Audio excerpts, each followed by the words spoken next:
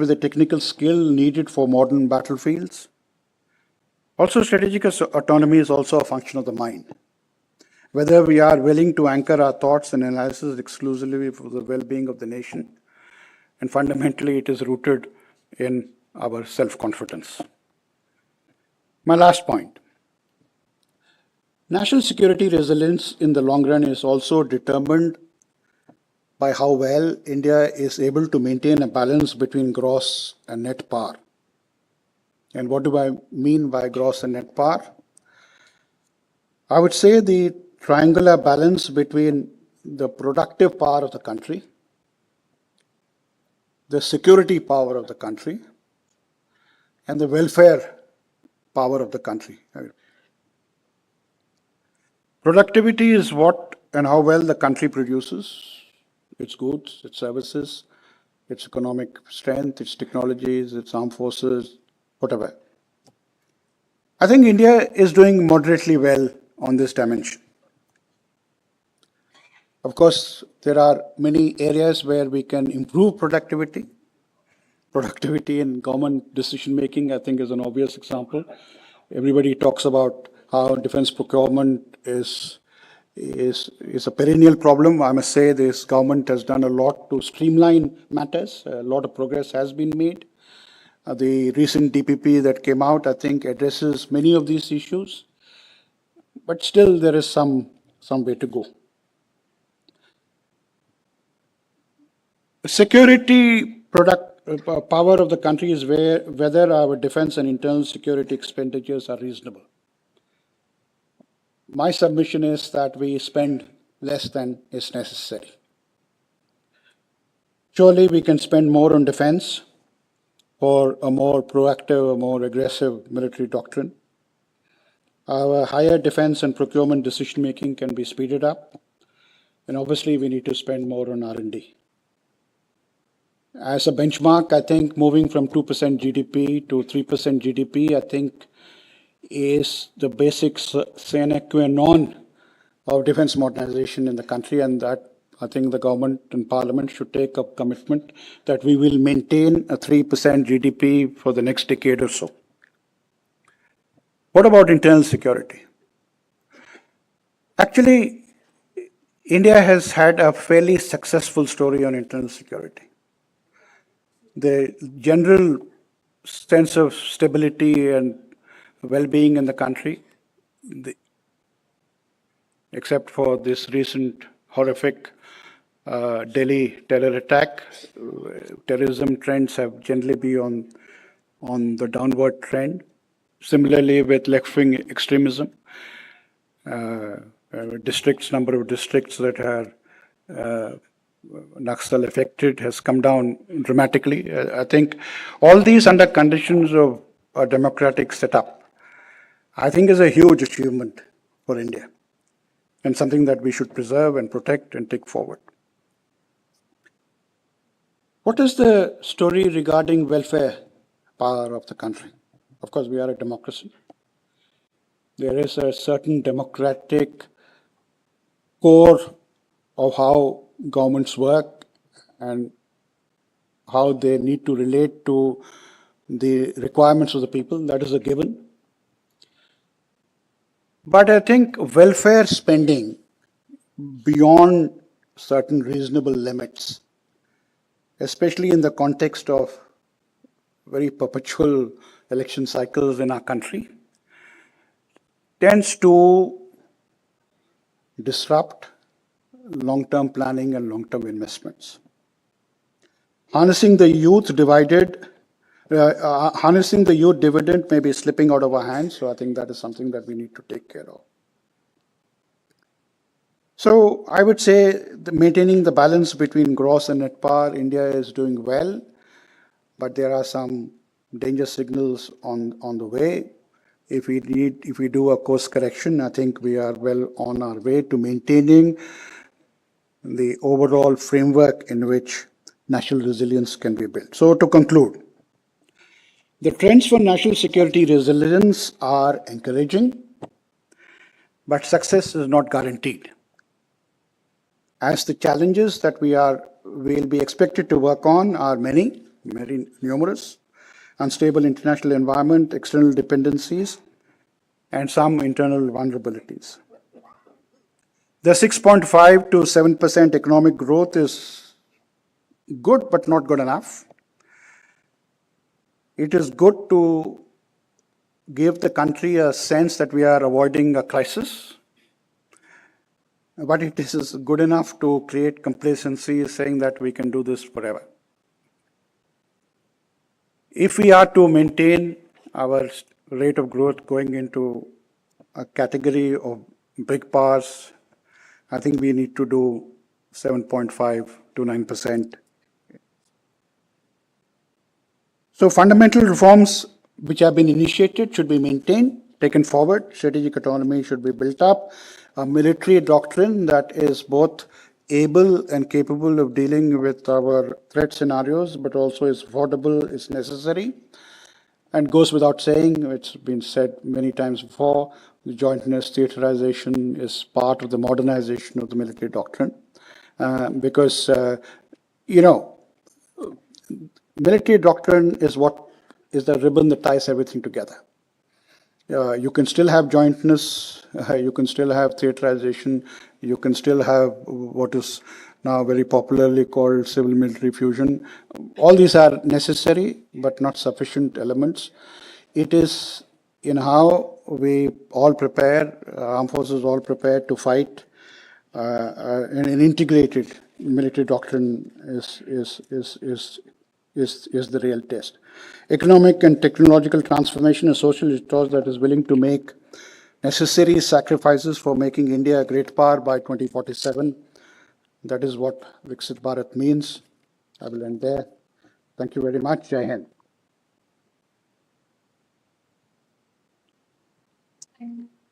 Sir, may I request you to please stay back so that we can take a moment to thank you. I'm sorry I'm having to use this podium. So I'll request you to please join us back on stage.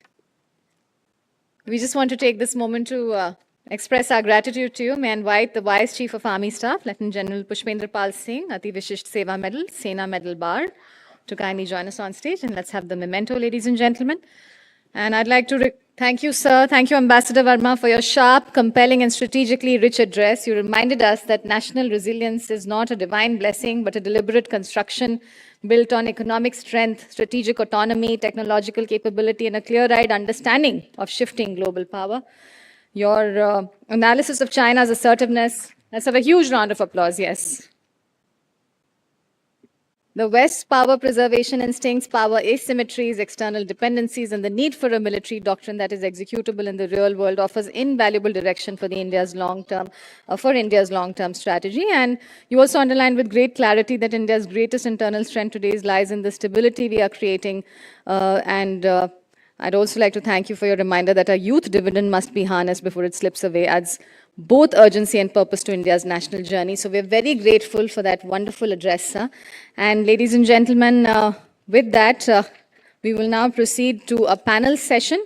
So let me just say that this session 4 of the Chanakya Defence Dialogue 2025 focuses on the technologies that will decide advantage in future wars, and it is themed Battlefield Equalizers, Transforming Technologies for Future Wars.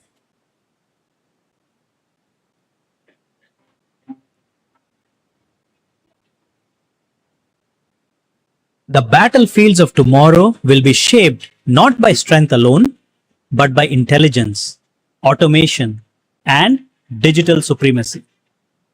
AI-driven systems, autonomous weapons, hypersonic platforms, and advanced robotics are becoming the backbone of modern warfare. Cybersecurity now forms the new frontline. A single breach can collapse an enemy's entire command structure. A fortified digital infrastructure is today's most powerful shield. Around the world, nations are racing to build capacity in critical defense technology, and India is emerging as a leader in this transformation. Future wars will belong to those who adapt fastest, innovate boldly, and merge human skill with intelligent machines.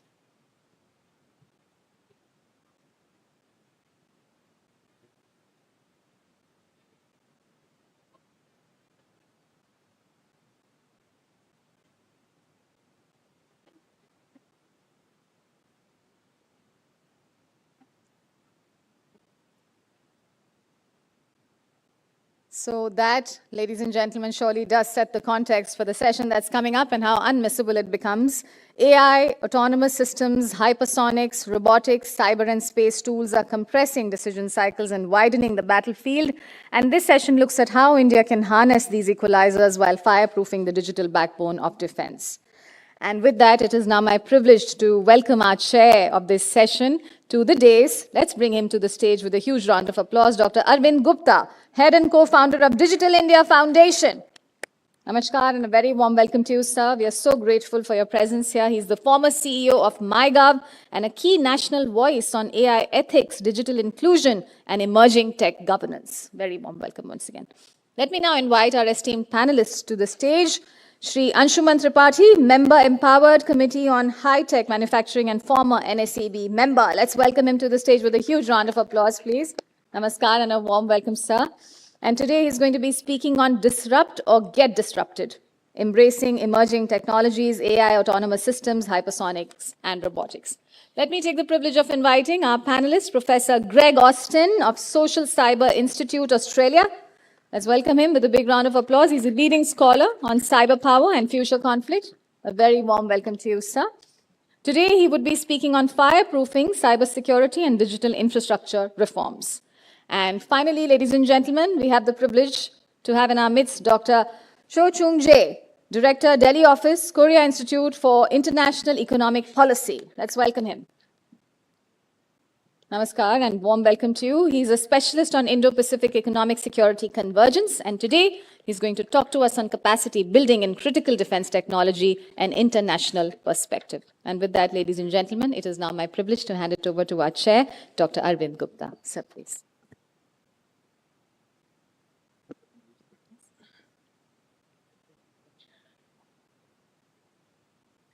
Good afternoon, and thank you, Aishwarya, for such a eloquent introduction. Thank you, the whole Chief of Army Staff and his team, Claus, for organizing this. But really, I'm here because you've given me an excellent panel. And the panel not only is international, but this panel is going to talk about the word that is now used almost every fourth or fifth word, AI, robotics, autonomous systems. I have studied computer science about 30 years ago, 32 years ago. And when I was graduating, I didn't know I was studying AI. And as a professor, I tell my students to really explain to me what AI means. Now, in the last couple of years, this has become so mainstreamed that that we actually are living what we thought would not happen 30 years ago. And so friends, we in this session are going to demystify what are the needs of this CMP that we hear a lot about, the civilian military fusion. As I said, I couldn't have asked for a better panel to talk about that than the panel that I have. I'm also cognizant of the time, but what we are going to do is we're going to ask all our esteemed panelists for opening comments, and then we'll request you for questions that you may have, doubts you may have. So please treat this as a very, very interactive open session, and do ask myself, including my panelists, any questions that you may have. I think, let me start by beginning that, I heard a term compressed timeline, and I think this has become so real.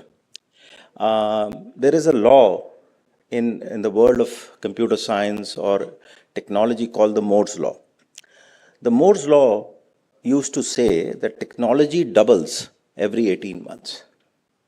Dr. Gordon Moore was a proponent of that law. What it said was the timelines are so short of 18 months that technology doubles. Or if you look at it other way around, that technology, what is costing today X, actually becomes half in 18 months. Both ways. recently, including many researchers across the world, including myself, have contended that this law is broken. And with due reverence to Moore's law, we have said that it has actually become more pervasive. It's actually become 9 months. So that is the compression of timeline that has happened. Between the last year's Chanakya Dialogue and this year's Chanakya Dialogue, technology has doubled. And if our systems, if our procurement, if our innovation has not kept pace with that, we are in 2 cycles going to fall behind 4 times. And that is the core thing that I heard again and again, but I'm trying to explain to you scientifically, backed by laws. So this is the era that we live in, where technologies are becoming powerful equalizers that can shift any advantage. We will discuss in our session at least 4 areas. AI and autonomous systems, they are interrelated. 2, I have Professor Austin, who studies cyber. And the other element of this is becoming the AI-driven psychological warfare, AI-driven psychological manipulation, malicious use of AI. Yesterday, the Director General was jokingly saying that by the time the dinner would be over, the reception would be over in the evening, there would be a deep fake that would be out regarding what happened in the proceedings of the day. Such is the fear. We've seen how AI is manipulating and generating content at a speed that ordinary human beings cannot distinguish. And this has been a fear for the last 10 years. But now it's come to realize. And it plays havoc in society, in psychological operations. So, we want to talk about that as a second thing. The third thing is the supply chain weaponization. Today, in a globalized world, whether we move away from the China supply chain, still we are codependent. And in the whole supply chain, there is no nation, and I'll present to you my slides, no nation actually makes the whole stack. And when no nation makes the whole stack, it really depends on where you are in that supply chain and where it can be made a dormant tool and when it can be activated in the future on a small command. It could sit like human dormant cells or terror dormant cells. Cyber dormant cells can sit on your phone, in your computer, in your systems for ages before they are activated. And they need not be software. They can be hardware. They can be a small component of a chip. They can be sitting in your car now, in devices. The Chief of Defense Staff yesterday talked about how many IoT devices we have. We have CCTV cameras. We have tons of Echo and Alexa devices. We have all these Bluetooth speakers. They are all devices on a network. So where a small thing can be activated and weaponized, we really don't know. And finally, we will talk a little bit about space tech as the 4 areas. Now, these are not comprehensive lists, but I think the top priorities when we are talking about shaping the future of war. So, let me start my interventions this morning. We have, as I said, AI technologies have come to age, whether it was with the release of the GPT that we all became familiar with AI, but AI has always been in play, and whether it was recognition, target recognition, for navigation, we have been using Google Maps for ages, but in the skies, in the roads, in any navigation, it's been available for a long time. It's just become a lot more powerful right now. And the moment it plays a lot of role without GPS or with GPS, it becomes, prone to manipulation, spoofing, and jamming. So those are the things we need to think about in AI, in navigation and autonomy. In target recognition, it's become very accurate. Facial recognition developed over the last 10 to 12 years. Target recognition, image recognition is something that is now easily available on your phone. So imagine on expert and large systems how well advanced it is. And we've seen it used in the last two to 3 years as, as actually been implemented. So whatever we are talking about, we are actually seeing that put to use by some, in some nation, some actor somewhere or the other. And similarly, whether it's coordination of swarms, when it comes to drones and in autonomous systems. And of course, we talked a lot about the digitalization effort, the AI Ecom project that was launched today, how backend intelligence, human intelligence is integrated to a lot of digital intelligence and data intelligence using both spatial intelligence as well as a lot of other data available and communication and comments available in the world, the murmurs as we call it. And if you integrate all of that, this is becoming a very, very powerful system, and that is why understanding more of AI and autonomous systems becomes a real-time need, and not only just to understand, but to implement and make it really fused into our thinking and operations becomes very important. Come to the second aspect, psychological operations.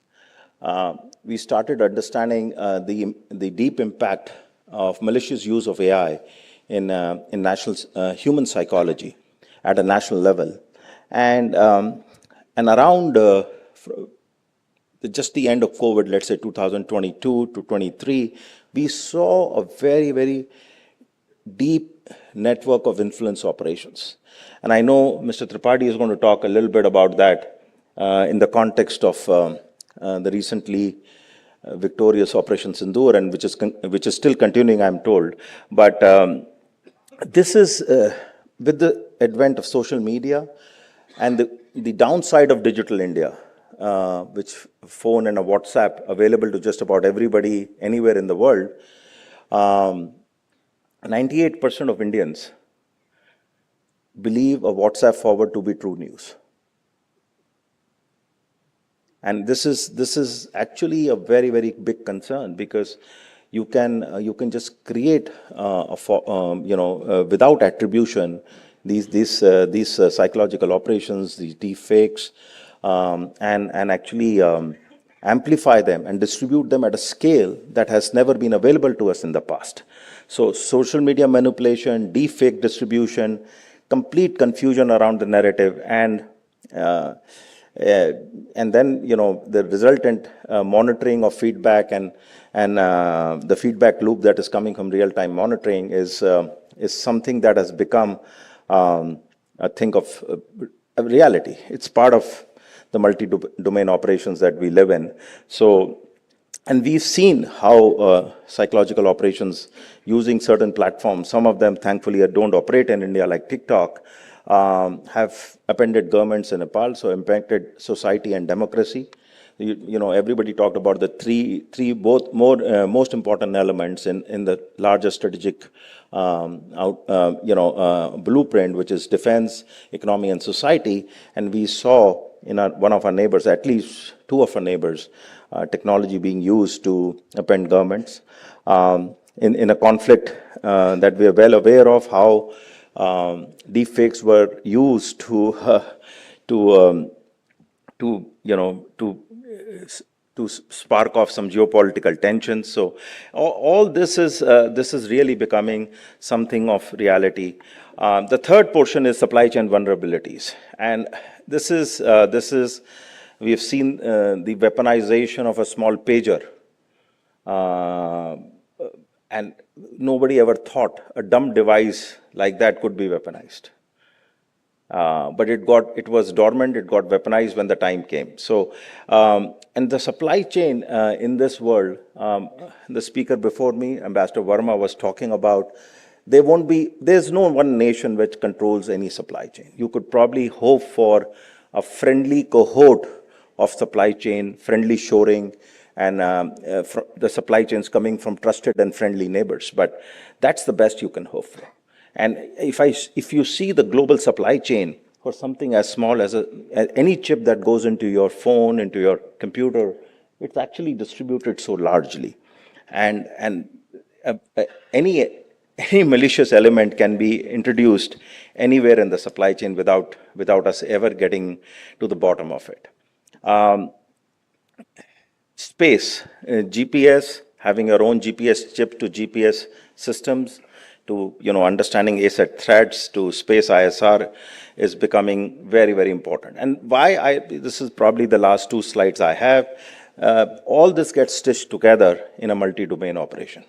You can, apart from kinetic, the non-kinetic things that can happen is GPS jamming, AI precision targeting, psychological operations, satellite surveillance, all happening together apart from the standard arena of war. So this is the world that we need to be prepared for. And there are certain things that some speakers have spoken that I disagree with. India has actually done a lot of leapfrogging. India is, we need to build on, we have been building upon our strength. This is not something that you can just say that I will just become an AI superpower overnight or in next 1 or 2 years. There is still 4 or 5 years required. What used to take 20 years will still take 4 to 5 years. But you have to be on the correct path. And I believe that we have been on the correct path now. But the correct path also needs to build upon what are your core strengths. What is the core building blocks that are available to you? Certain building blocks are available to, some nations are blessed with minerals, manufacturing excellence. We have been blessed with talent pool. Everybody has talked about that. We have launched to use the talent pool correctly in a great market. We have launched our own PLI schemes, and that's yielding results. This slide is about that no nation, actually, America is way ahead. But apart from that, all nations on the technology stack are actually far behind. And, we get compared to China a lot. Yes, China is ahead of us currently in our assessment, but the difference can really change in 1 to 2 years, less than 1 year, 2 years. So this is a race which is wide open, and we have to choose our partners in AI or in technology with the same diversification that we are choosing in supply chains. But the good news is that we have a very comprehensive program. And in the comprehensive program, India is doing a lot. Will it do everything on its own? No, but we are doing a lot. And in doing a lot, we need to find the trusted partners that we can work with. No nation is going to be, only dependent on itself. While US is far ahead, 40% of AI code is written by people of Indian origin. So 25 years ago, when the Y2K problem happened, the world looked to India to solve the Y2K, the year 2000 bug problem. Same thing applies to AI. Indians write the highest amount of AI code. 25% of the 40% live in India, 15% overseas across the world.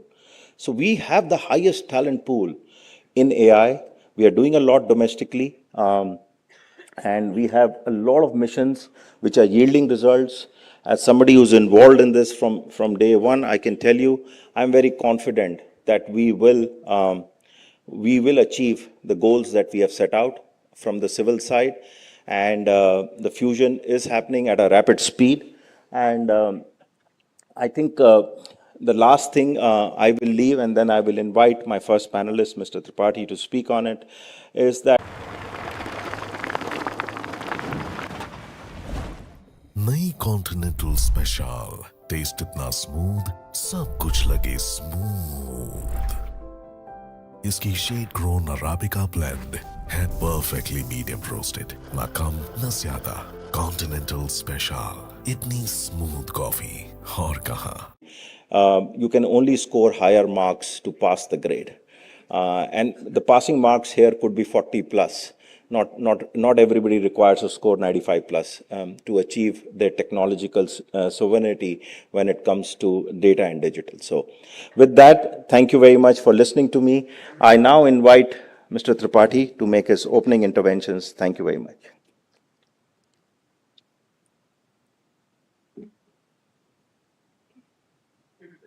Thank you, Moderator Saab, fellow panelists. Thank you, Claus, DG Saab. Thanks for this opportunity.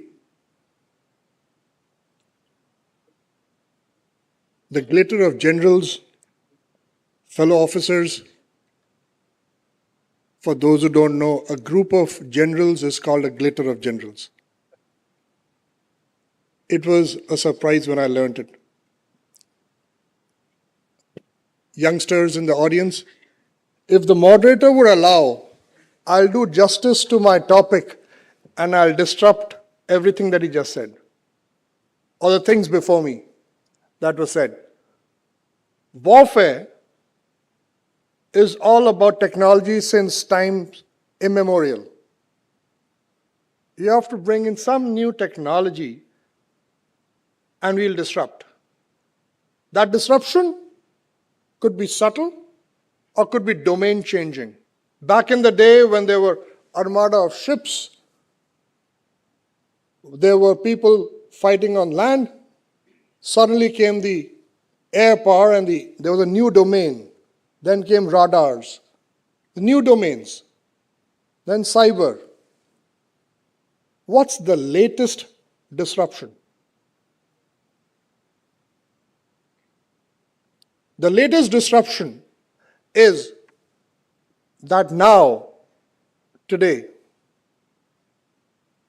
your mind is the battlefield.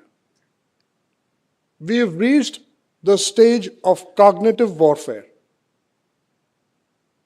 And cognitive warfare has a lot which is built on software.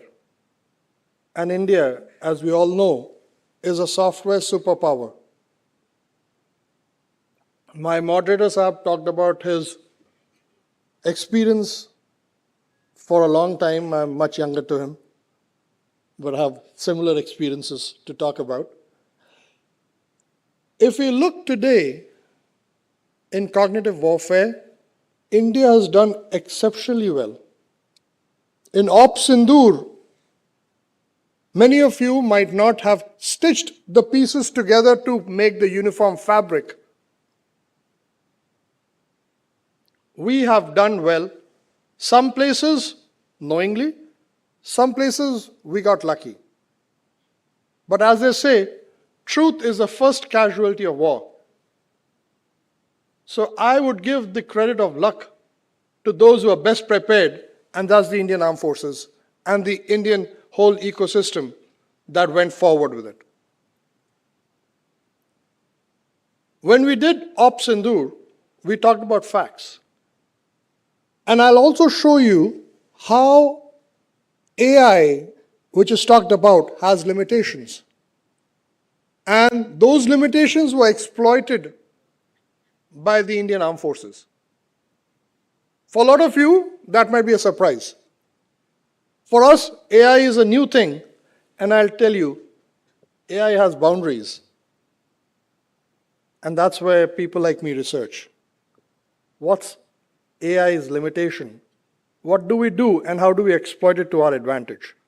In Ops Sindoor,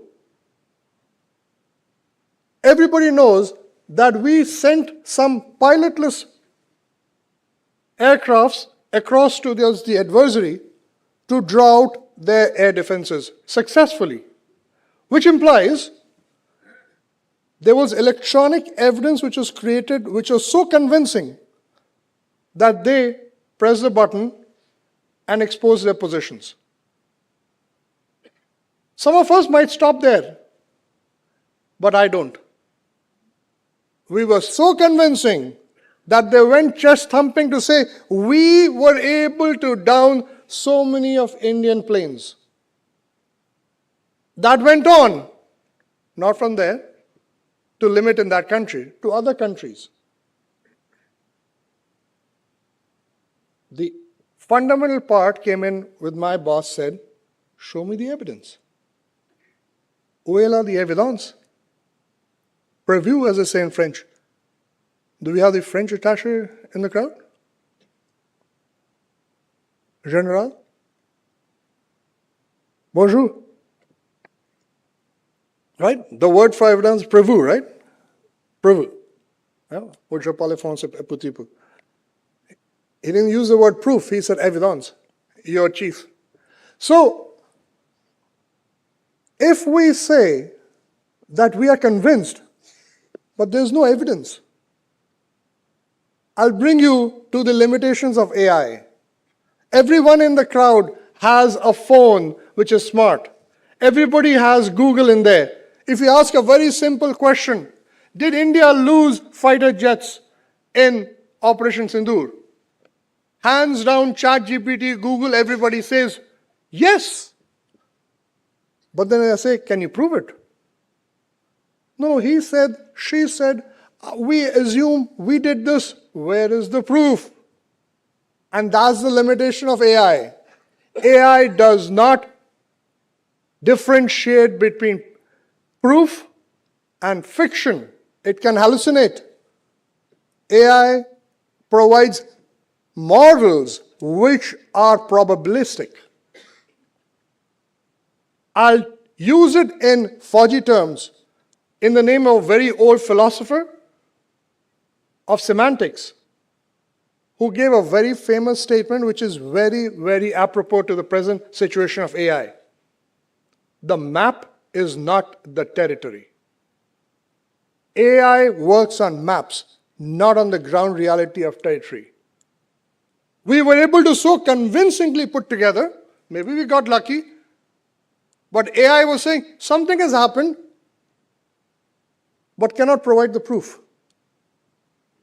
That is cognitive warfare right there for you. Is that a good thing or a bad thing?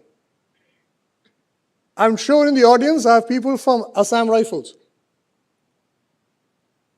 And one of the things in social media Assam Rifles is known for is their Badlu Ram and their smart quartermaster. Yes? That is Assam Regiment. Assam Regiment. My apologies. But that situation in the contemporary world is what happened here. Our adversaries don't know what our resources are. How many did we lose? Did we really lose? You can't show me a proof. Show me a proof. My boss said this and I stand behind it. I'll change my whole speech and I'll disrupt it again. Show me the proof. You have spy satellites, you have cyber, blah, blah. You have everything under the sun. Where is the proof? But there is without proof, you can stand up and say very convincingly, yes. That's, ladies and gentlemen, artificial intelligence for you. So where do we stand today? Cognitive warfare is the future. We shall see more of this going forward. And as we prepare, we have to prepare for both the offense and the defense. We have to be aware what are the weaknesses that artificial intelligence works on. We have to be aware that artificial intelligence cannot provide you the truth. It provides probabilistic models. So, going forward, we should be careful, think twice. We, I'm sure, have some people from the United States. We have people who've got kids or relatives who work at Google, ChatGPT and other places. All those models provided a unanimous yes. Now ask them how, on what basis? No answers. So going forward, we have to look at the tools that are there. Search engines the world over. Russia has own search engines. China has its own search engines. The United States has multiple search engines which are their own. They all carry biases. YouTube, for example, openly says 70% of the content you watch is recommended by YouTube itself. Why? Because attention is the focus. They want to make money. They want to maximize the amount of money that they can make. So we have to be very careful on fake news, and we have to look at what are our own weaknesses which are being exploited by the algorithms of today. And at the same time, we have to know what are the weaknesses of our adversaries that we can exploit using the same algorithms of today. It's a double-edged sword. So, to conclude, I would just say, disruptions continue, but the latest disruption that we need to work on is cognitive. Your mind is a battlefield. And that is where the focus of future wars shall happen.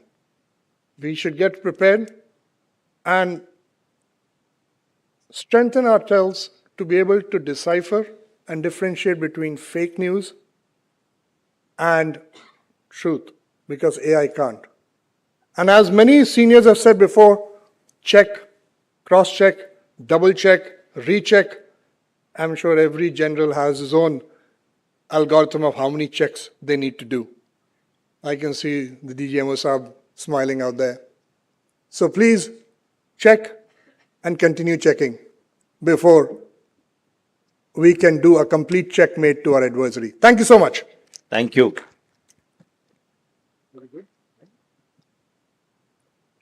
Thank you, Mr. Tripathi. Now, can I invite Professor Austin to give us his thoughts? Thank you very much. Well, ladies and gentlemen, good afternoon. It's a great pleasure to be here. Thank you to the organisers.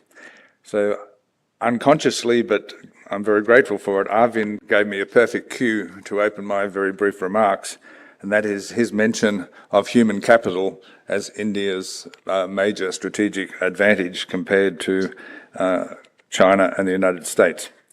The talent pool and human capital. And so what I'd like to talk about this afternoon is briefly remind us that alongside all the discussion we've had of technology, if we're thinking about battlefield equalisers, the theme of this session, well, people have a pretty big part to play in adapting the technology to make battlefield equalisers. Not just the people themselves and their individual training, but how they're organised. And having studied Australian cyber policy for quite a while, and Australian cyber warfare policy, and a number of other countries as well, what trails behind the technology is the reorganisation of the people and the training of the people. And so a little test you can conduct for yourselves is to ask, well, if in the last 5 to 10 years we've seen all of this technological change, what changes have been made in the structure of the army? What new corps exist? What new specialisations exist? Same for the Air Force and the Navy. What's the relationship between job specifications in civilian parts of the defence establishment and military parts of the establishment? I'd like to just mention a very interesting case from the United States Air Force, which illustrates this point a little.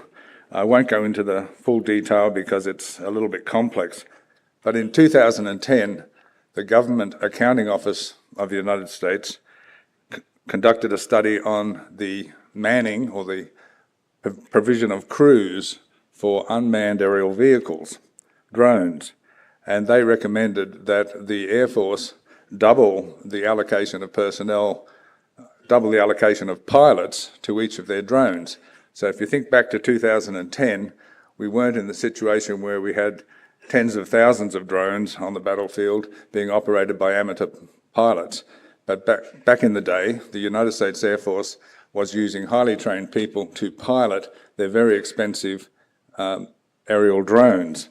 And what the Government Accounting Office found was that the Air Force had not only underestimated the impact on personnel policy of using drones in the way that they were, but they had not accounted for the impact on the personal lives of the drone pilots. So the Government Accounting Office suggested the Air Force double their allocation from 10 persons per drone, 10 pilots per drone, to 20 pilots per drone. I can't talk to you about how that might have changed in the decade since, 15 years since, as we've moved now to mass employment of drones in numbers of thousands, not just 5 or 10. I'd like to relate that then to the question of cyber targeters. So, in my view, the job allocation of cyber targeter is the most important job in military cyber operations. And I draw some evidence for that from the fact that the Central Intelligence Agency advertises openly for cyber targeters and gives a description of what a cyber targeter is. And the cyber targeter is the person who is charged with knowing everything there is to know about the enemy's cyber systems, potentially a part of it, so they operate as a team. So the question is, how many people are there in the Australian Armed Forces, for example, who have the designation cyber targeters? How many are there in the Indian Armed Forces who have this specific designation? Or are many armed forces around the world operating on the proposition that let's just take someone trained in cybersecurity and get them to do some work on cyber targeting? Which will we attack? How will we attack them? How often will we attack them? Who will assess the battle damage of a cyber attack? So the cyber targeters, especially as described by the Central Intelligence Agency, must be almost superhuman people in terms of their knowledge and expertise of how to attack and defend systems. And not only that, but what's the relationship between the systems they want to attack and the vulnerabilities of the enemy, whether it's a political vulnerability, economic vulnerability, or a military vulnerability. So I sort of bet hands down, really, that cyber targeters have not become the dominant element in most countries' armed forces. In the Australian Air Force, for example, they don't have the specialisation of cyber targeter in the same way that the Central Intelligence Agency does. They assigned cyber targeting to a generalist cyber operations officer. So, having just put those points on the table, a third element of battlefield success, I think in the modern era, is counterintelligence.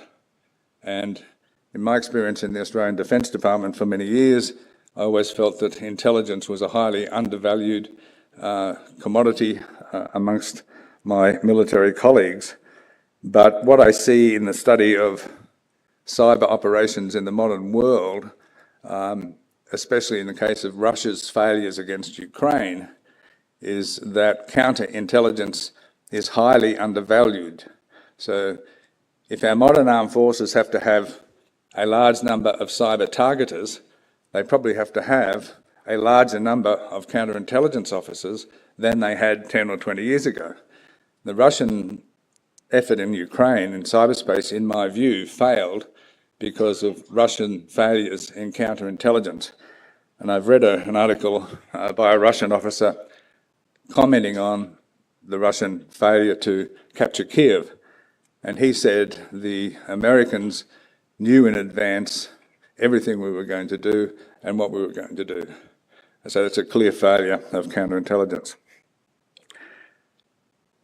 Let me change tack a little bit, but to build on the personnel theme, to talk about the question of resilience. Resilience can be a military concept. It is important in the conduct of warfare, but it is primarily a civilian responsibility, because resilience at a national level is about economic resilience, resilience of the community, resilience of the civil communications infrastructure, and so on. And what we saw as a lesson of the Ukraine war, or the Russia-Ukraine war, recognised by many states in Europe and elsewhere, is that resilience was provided for the Ukraine as an entire country by clever Ukrainians trained in cyber warfare, but largely by foreign governments and foreign corporations. Resilience did not exist for Ukraine without the large US multinational cyber corporations and without foreign government assistance. And to provide a small corrective or perhaps a commentary on some of the conversations we've had so far, it's not possible in the modern world to conceive of self-reliance in resilience. Resilience in cyberspace today depends on, whether you want to admit it or not, your own ICT corporations, but it depends on what foreign corporations also know. So what little pocket of information is possessed by this or that foreign corporation. So that's one aspect, I think, of resilience I'd like to put on the table. But I'll finish off with a broader proposition of the relationship between cybersecurity and resilience. So there's a sort of general understanding in some countries, especially in Australia, for example, that if you have good cybersecurity, you've got pretty good resilience in cyberspace. But there's a really good article written by a number of Ukrainians and a few American military officers, which basically scotch that argument and say that cybersecurity is not resilience. Well, I would agree with that totally. So we've done a paper recently where we talked about the relationship between three things: cybersecurity, resilience, and preparedness. And preparedness is the responsibility of the civilian government working with all agencies to draft plans for national readiness and resilience in crisis. So think back perhaps to COVID, but the agency, for example, in Australia that would do that would be the National Security Committee of Cabinet, and I guess in India, similar organisational structure. But resilience does not happen without a plan. Resilience is an outcome of how good your preparedness plan is. So some governments are writing preparedness plans. Some are doing it better than others. And I can say, in respect of Australia, that we're not really very high up the food chain when it comes to developing those preparedness plans. We're improving our performance. But just recently, under the influence of a review of the COVID epidemic, the Australian government decided to add a new category of extreme cyber emergency called nationally catastrophic. So in developing its preparedness plans, on which national resilience depends, the Australian government has just developed a whole new category called nationally catastrophic. Some of us have been advising the government to do that for about 10 years, and they finally sort of arrived at that point.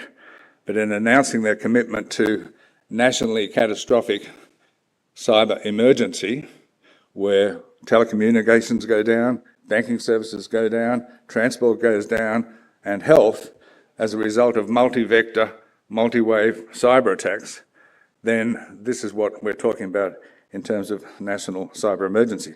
So, in conclusion, I think there's some important personnel issues, personnel quality issues, and personnel organisations, not to mention conceptual issues around how we tie national resilience and national preparedness to the technologies that we've been talking about. Thank you. Thank you, Professor Austin, giving us some areas of working on ICT cooperation also.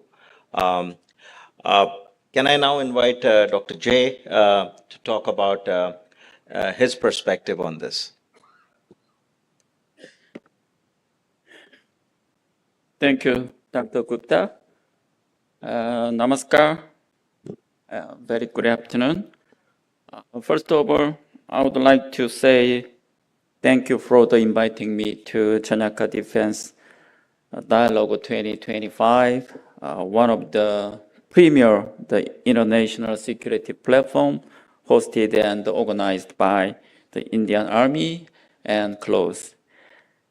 I don't have enough expertise in security and the military technology as well as AI because I'm the economist who has quite long the studies India, Korea, the corporations, especially mainly the economic corporations. And my KF Delhi office is established 3 years ago, is the third overseas office following the Washington, D.C. in America and Beijing in China. Why India at this moment? Because India is already a member of the G3. So therefore, I would like to share the thought on how defense industry corporations has progressed in Korea and India relations, and what kind of opportunities and challenges lie ahead for our futures. Okay. So if we go back to the past, the 1950s, Korean Wars, India dispatched the 60 parafield ambulance unit to Korea. After the ceasefires, India sent General Tiama and the Custodian Force of India to Korea.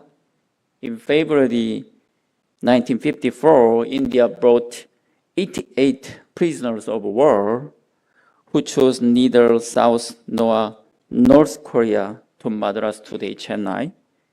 This episode marked the beginning of the Korean diaspora in India, which celebrated its 70th anniversary last year. And in 1973, the diplomatic tie was established. And also in the 1970s, the Koreans imported human hair from India, processed into wig, and exported them. At that time, wig were one of the Korea's top 3 export items, along with Bollywood and the textiles. In 1980s, the Korean offshore the drilling equipment and ships exported to the operated in Mumbai Sea and contributed in India's energy, petrochemical, and maritime transport sectors.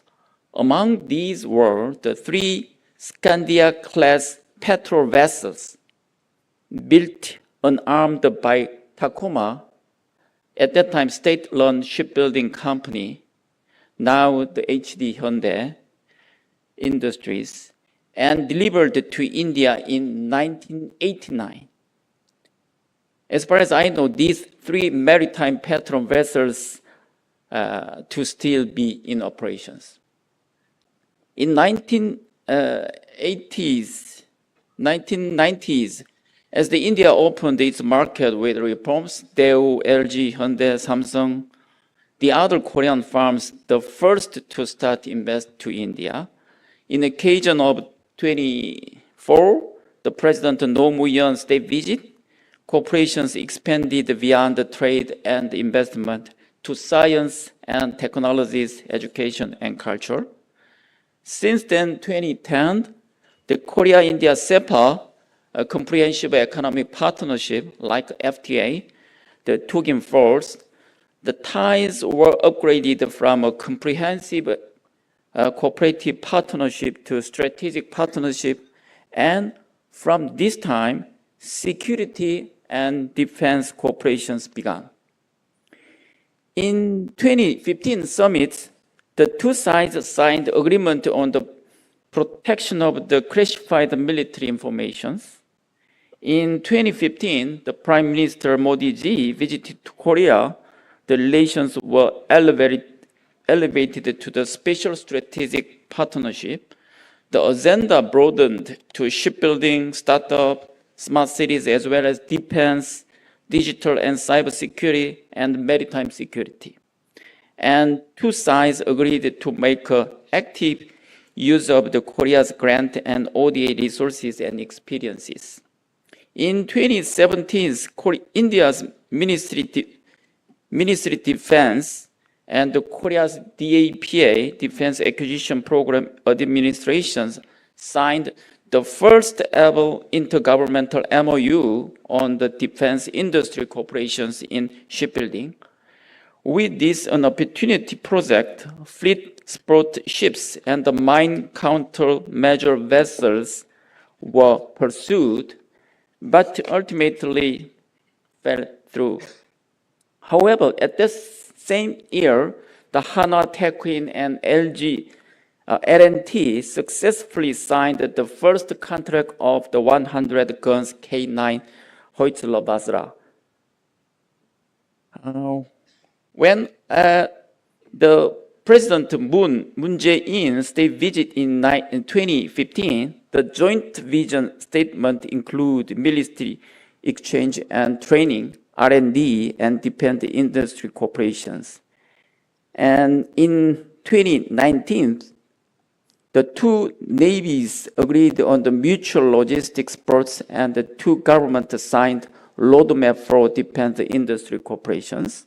The post-COVID-19, the defense industries cooperations had continuously discussed in multilateral summits. There were no concrete results until April this year, when the two sides conclude a contract of an additional 100 guns K9 Basra. This series of the event present both opportunity and challenges for us. The first, the additional K100 guns K9 Basra contract is the most successful model so far and a springboard for more wins. The first batch of the 100 guns were delivered ahead of the schedules and are deployed smoothly. The second batch aims to raise the localization ratio from the 50% to 60% in India and is expected to create over the 900,000, 9 lakhs man days of the employment over the 4 years. The additional opportunities factor is that the institutional-based deeper cooperation is already in place. I already mentioned the intergovernmental MOU on defense industry cooperation in shipbuilding. In 2017, joint vision statement for military exchange training and R&D and defense industry cooperations. 2018, the defense industry cooperation roadmap. 2019, and 2024, the Korea-US-India trilateral dialogue on critical and emerging technology ICT, and the cyber dialogue the same year. These all frameworks widen the runway for the cooperation in defense, science, cyber, AI, and the space. Now, what we need is action. The first is necessary to closely analyze the past failed cooperative projects, such as the cancellation of the contract of the minesweepers and the logistics support vessels, and cancellation of the K3 BHO combat contract in 2020, and the failure of the 23 submarine contract. By addressing these issues through this process, the bilateral defense industry cooperate will accelerate. Another things we need to overcome is the differences in the structure and the philosophy of two countries' defense industries. In Korea, defense production is private sector-led, mainly large industrial groups. While the DAPA, Defense Acquisition Program administrations, handle the procurement and exports. But in India, state-owned enterprise and the government play central roles in production, procurement, and export, with the private sector role is growing.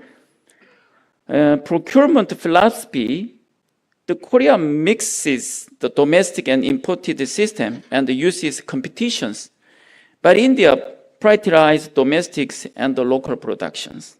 So, unless the two government and the public bodies create a strong incentive for Korean private farms to produce locally in India, the speed of the corporations may be lag behind its potentials.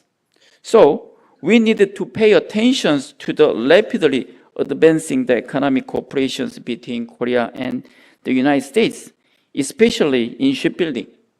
While the trilateral cooperations between Korea, India, United States may be possible in the future, but if the shipbuilding, the companies continue to focus solely on the United States corporations, and expansions into India may actually slow down.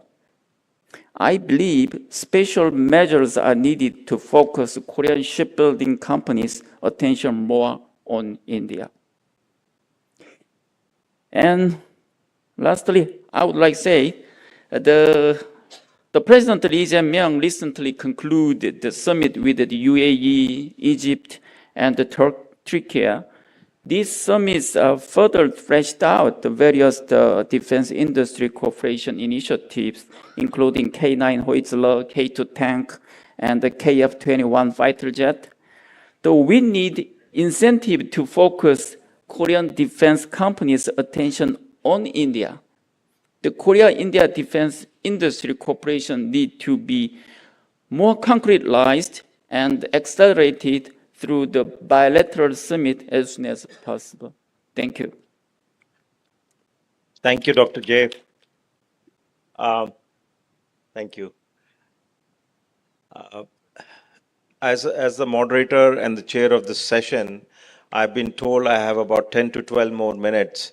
I know this session and the excellent panelists are keeping you from lunch, but I would like the panelists to be asked a few questions or comments, if possible, and maybe that will be a sign that you have earned your lunch. So, can I request if there are questions from the audience, from the young scholars present here, and I will. If you could please direct it as a question, identify yourself and direct it as a question. I will consolidate a few questions and then request the experts to comment on it. So I can see a question there. I can see a question from the lady there. So at least two questions. I have a few hands up. Yes, please, sir. You can ask a question. I'm going to note it down.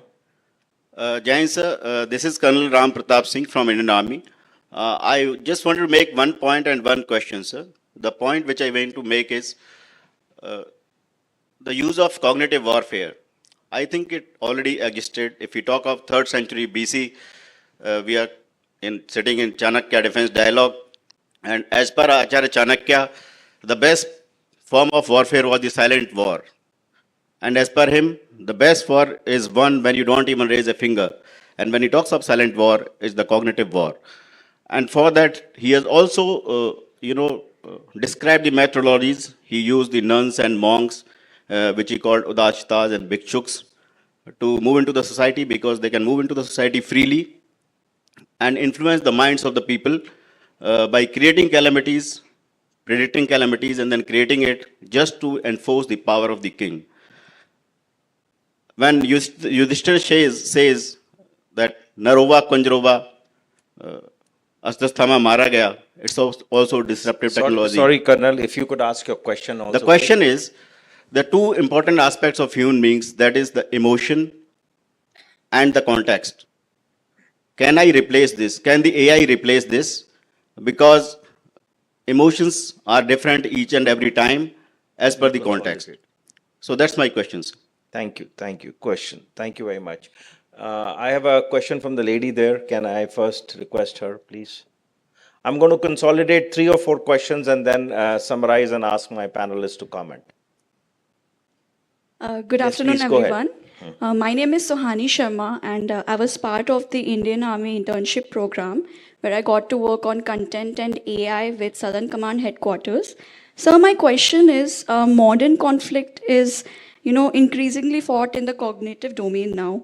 So how can India build a psychological immunity or awareness during peacetime against such AI-enabled influence operations? Brilliant. And should we be institutionalizing cognitive defense like a national doctrine?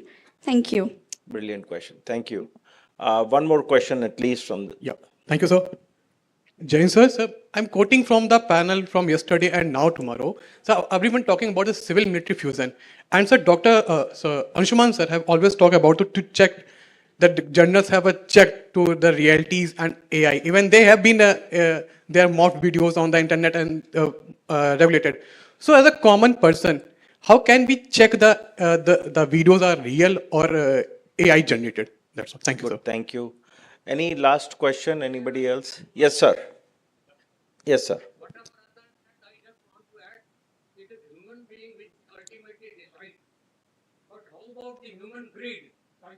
Okay, thank you, sir. Let me summarize the three questions for my panelists. I will, Anshuman, ask you to please comment on two things. Preparedness as a nation, as a society for a reality which is not real, which is psychological warfare, and how do we prepare for that in when we are not in an operation situation. And that is, I think, the question Sohani asked. And related to that, if you can comment, and then I'll come to you, Professor Austin, for one comment.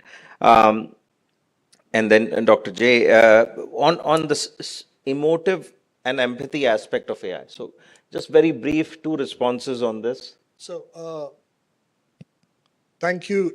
First of all, thank you for the questions. That shows that you were listening. On the cognitive warfare is going on from time immemorial, but now we've got new tools. Social media is one of the main things right now that we have to be mature in handling and not let social media handle you. Right now, in present context, the first phase of social media that we are now transitioning out of is where everything was available to you for free, where you were the guinea pig. So we have to be aware of how much of our information we are giving out to the world. Both Facebook and Google create a lot of information, catch a lot of information. And let me take this opportunity to tell you that Facebook, since the first click and the first like you did, and Google from the first search you did till now with your Android phone, knows everything about you. One of the ways, when you do a search, they track everything. One way to stop is to use a newer tool, which is a wrapper on Google called Start Page.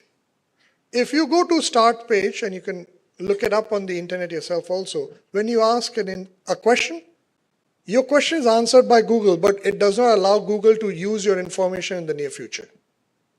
So we have a lot that we can do from social media, works on our weaknesses. There are about 200 plus weaknesses social media has figured out about us and machine learning algorithms are using, of which 3 are the most primary. The 3 are confirmation bias, novelty bias, and negative bias. And I will not name any politician, anyone, but many politicians, especially in opposition, when they need to prove irrationality, make use of these 3 biases. So we have to be aware. Thank you, Anshuman. And if I can add, one of the questions that Colonel Ram asked, AI is now developing, and when we go to the next generation, which is the artificial general intelligence, it's going to be, it can imitate emotions, means it can replicate emotions, it can show a lot of empathy. In fact, recently our research shows that AI actually becomes more empathetic when it comes to things like counseling, health. AI bot, which is doing a health, feedback, actually shows more empathy than a doctor, a human doctor, because he or she is more busy. So they need to actually move to the next patient, whereas AI has all the time. There are multiple versions of that bot talking to multiple people. So we are coming to an era where reality and AI and human nature is all going to be a blur. And I can say that.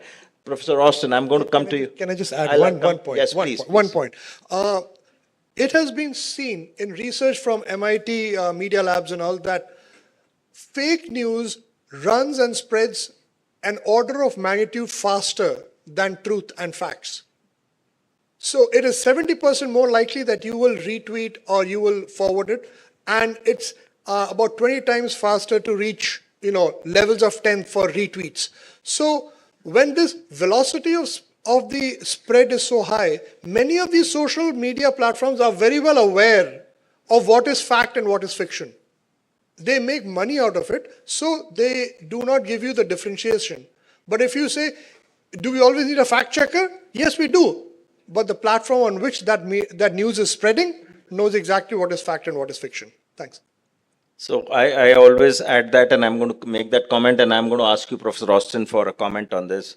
In the world of technology, where I lived in Silicon Valley for many years, I can tell you there is nothing called a free product. Whenever the product is free, you are the product. And I think you keep that, Sohani, you asked that question, keep that doctrine in mind and make it more popular. Whenever the product is free, you are the product. And that's what Anshuman also said. Professor Austin, a quick question to you and then to you, Dr. J.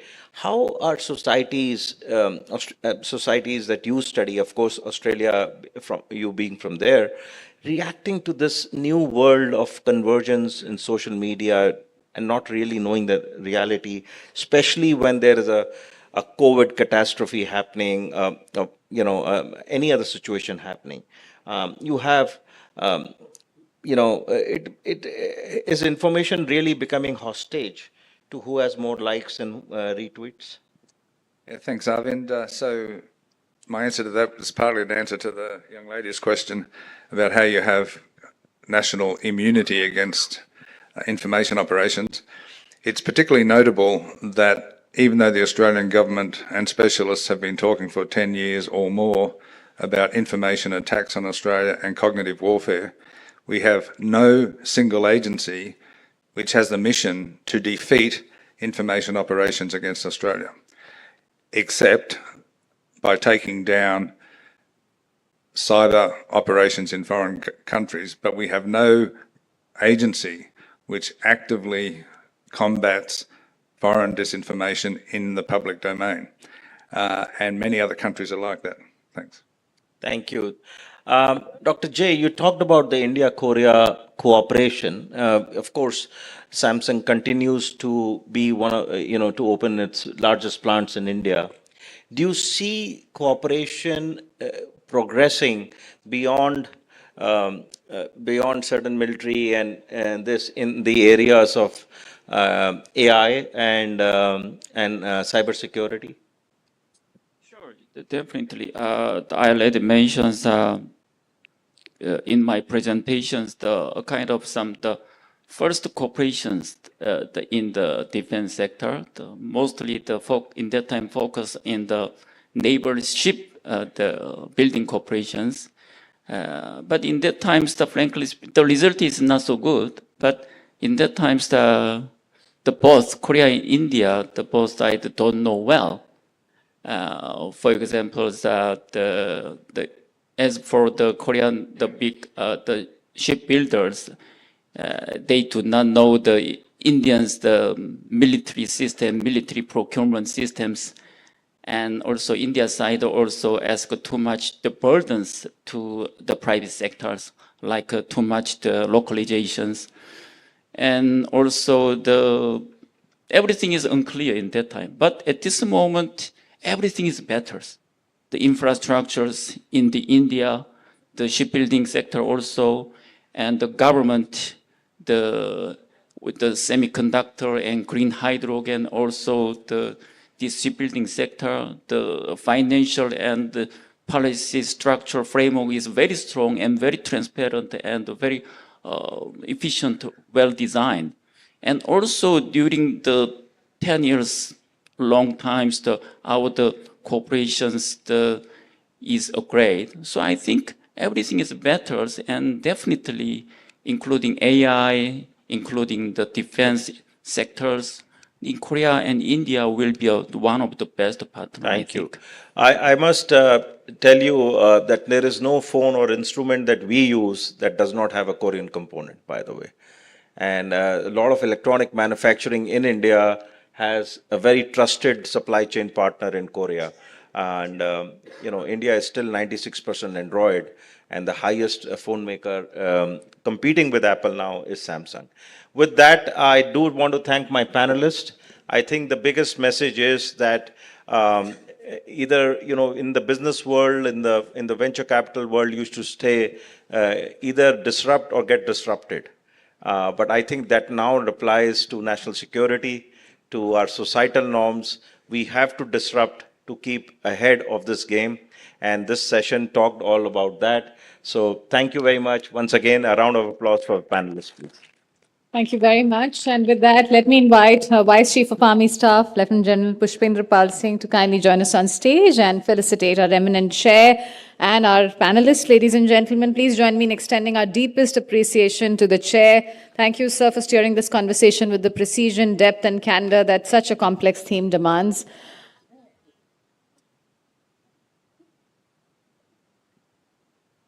Dr. Arvind Gupta, ladies and gentlemen, head and co-founder of Digital India Foundation. We thank our distinguished panelists. We start by thanking Shri Anshuman Tripathi, Member Empowered Committee on High-Tech Manufacturing and former NSAB member.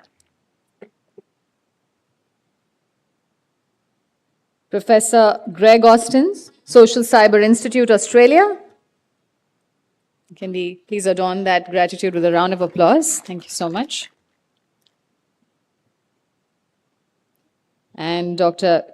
Cho Chung Jae, Director, Delhi Office, Korea Institute for International Economic Policy, Specialist on Indo-Pacific Economic Security Convergence. Let's have a huge round of applause for our panelists for exceptionally rich and forward-leaning remarks. And I'd request you, sir, to give us a group photo opportunity, please, before you go. And ladies and gentlemen, we now break for lunch. I regret that we have only 35 minutes for lunch. We have to come back and reconvene in time. So let's take this 35 minutes lunch break and be back here at 2:45. Thank you very much. So 14:45 is when we reconvene in the auditorium. Please enjoy your lunch, ladies and gentlemen. 14:50, in fact, 35.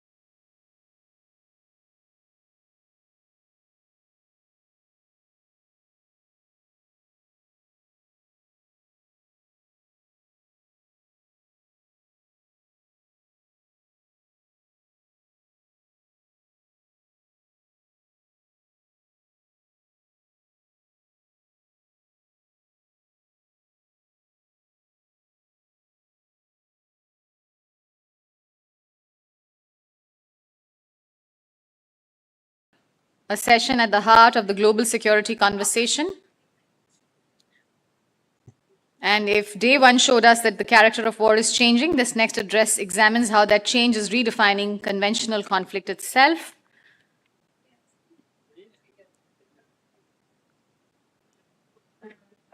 Please settle in. We've sounded the bell twice to indicate that we need to gather back. Please be seated.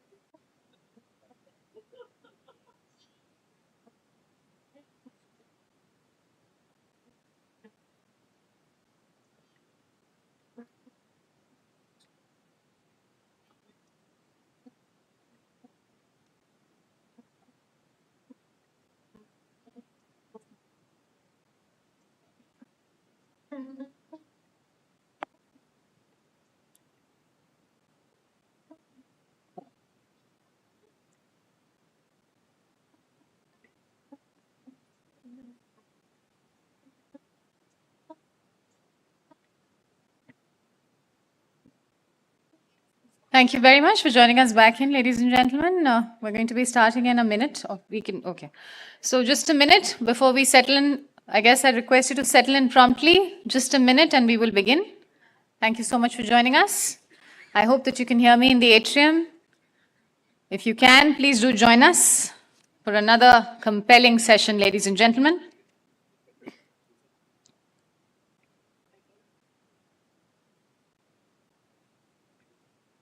So, ladies and gentlemen, we start with our next special address. And across the world, traditional battlefields are being reshaped by sensors, autonomy, cyber disruption, precision systems, satellite networks, and the competition for narrative dominance. And no modern military can view conventional war through the old frame. So we're in an era where technological asymmetry can overturn numerical strength, where data can become a weapon, and where the side that adapts fastest shapes escalation, deterrence, and outcomes. And we have a special address on the theme, Redefining Strategies, Conventional Wars Through the Prism of Technology. So, to help us understand, ladies and gentlemen, the looking at strategy not in isolation, but as composite interplay of hardware, software, intelligence, speed, and disruption, we have in our midst a very eminent, I'd say, speaker, expert.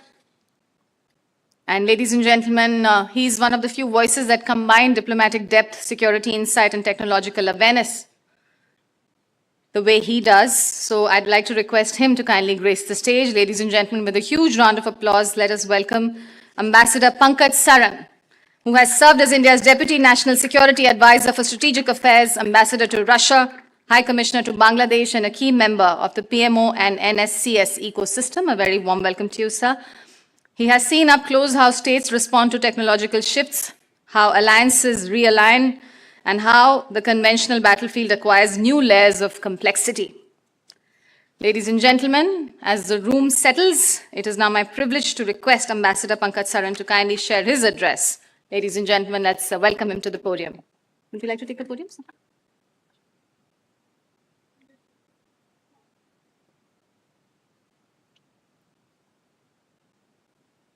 Good afternoon, ladies and gentlemen. Good afternoon to the Director General of CLAWS, Lieutenant General Sudarshan Singh, the Vice Chief of Army Staff, Admiral Karambir Singh, and so many other distinguished military, Navy, and Air Force officers, distinguished delegates, both from India and abroad. Let me first say that it's such a great honor to be participating in the Chanakya Dialogue, which in a very short time has acquired a status of great repute. And this is a tribute not just to our armed forces, but also to their intellectual capacities and capabilities. and so it is something which all of us should be very proud of. I have no doubt that the topic which I am supposed to speak on has been discussed in many ways, threadbare since yesterday. So I'm not quite sure what additional information I might give you. Secondly, I'm also very aware of the fact that I'm speaking in front of military professionals. So I'm not going to try and talk to you about the areas that you know much better than I do, but just to share some thoughts with you based on my own experience in the government, as the Deputy NSA, as an ambassador, and as someone who's been in the system about how actually these things work, and some reflections on what we need to do to make our task and our objective easier, and what lessons we can learn from the last few decades of our independence, and can we do something different in the future rather than just repeat what we have already done. So with these words, let me go forward. You know, the role of technology in conventional warfare is a largely accepted reality. I don't think there's any need to discuss this, and needs no amplification. And in a sense, I would say this is an axiom that is as old as the evolution of mankind. In fact, as you know better than I, the history of warfare is synonymous with the development and the application of technology, starting from the invention of the gunpowder to the humble cannon. Now, it's worth noting that the salience of technology was visualized and seen very early on, but not as early as we would have liked. But in 2018, the National Security Council Secretariat underwent a thorough reform. And in one of those reform measures was to appoint and to create a technology wing or a technology section. And that importance given to technology as a pillar of national security by itself was reflective of a change of mind. And now, 7 years down the line, we realize that that was a good decision, and probably we need to scale it up. And even at that time, even as we created the idea of a technology input into national security, we were not as ambitious as we should have been. So therefore, the case can be easily made that that was the seed, and the tree has to grow much bigger and taller. Now,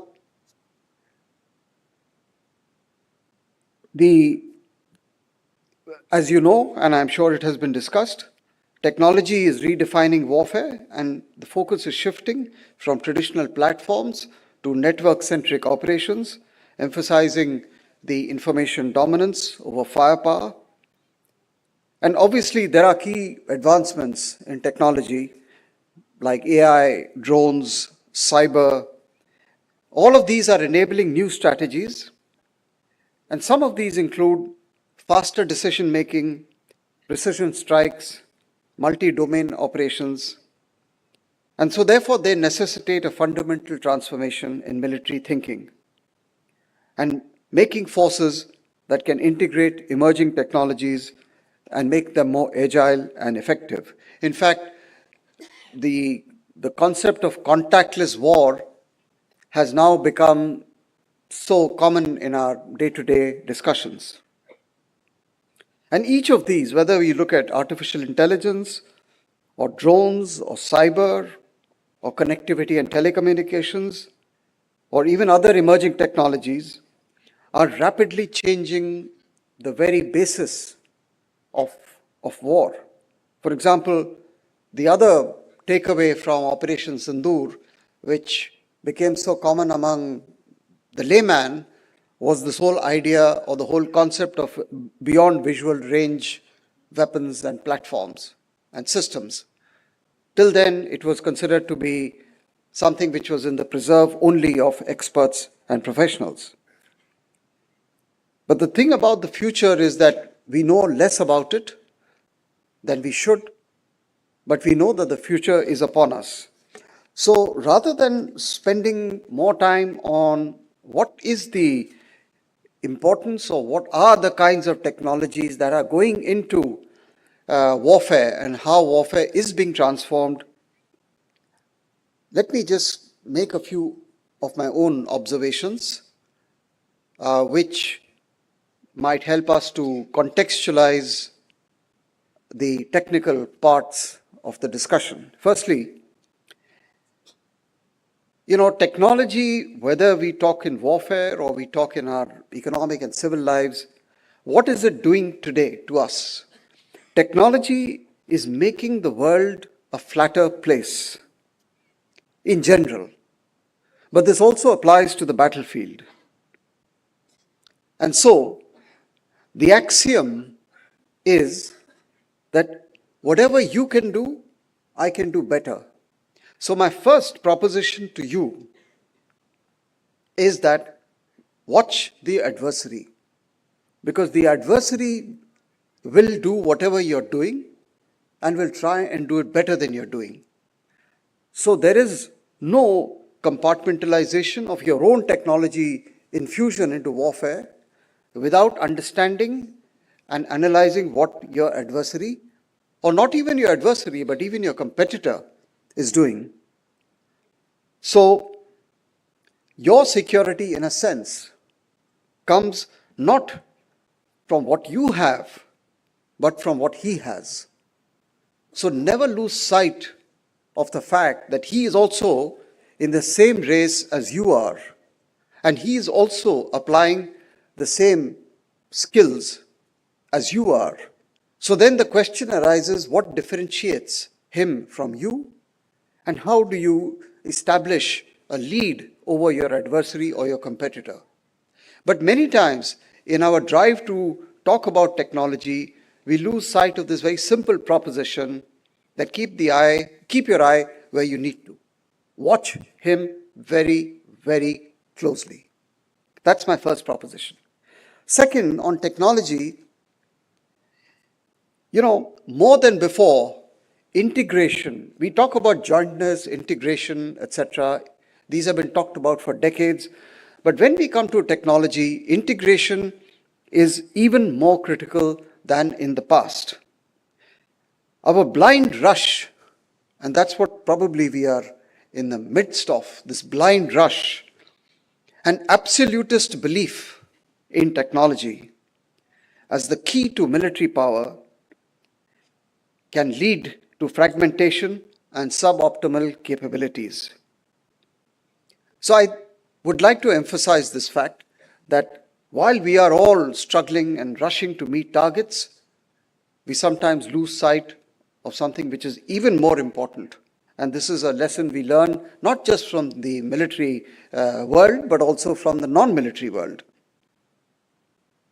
Interoperability, fusion, net-centric, and cross-domain awareness are actually the key to successful use of technology.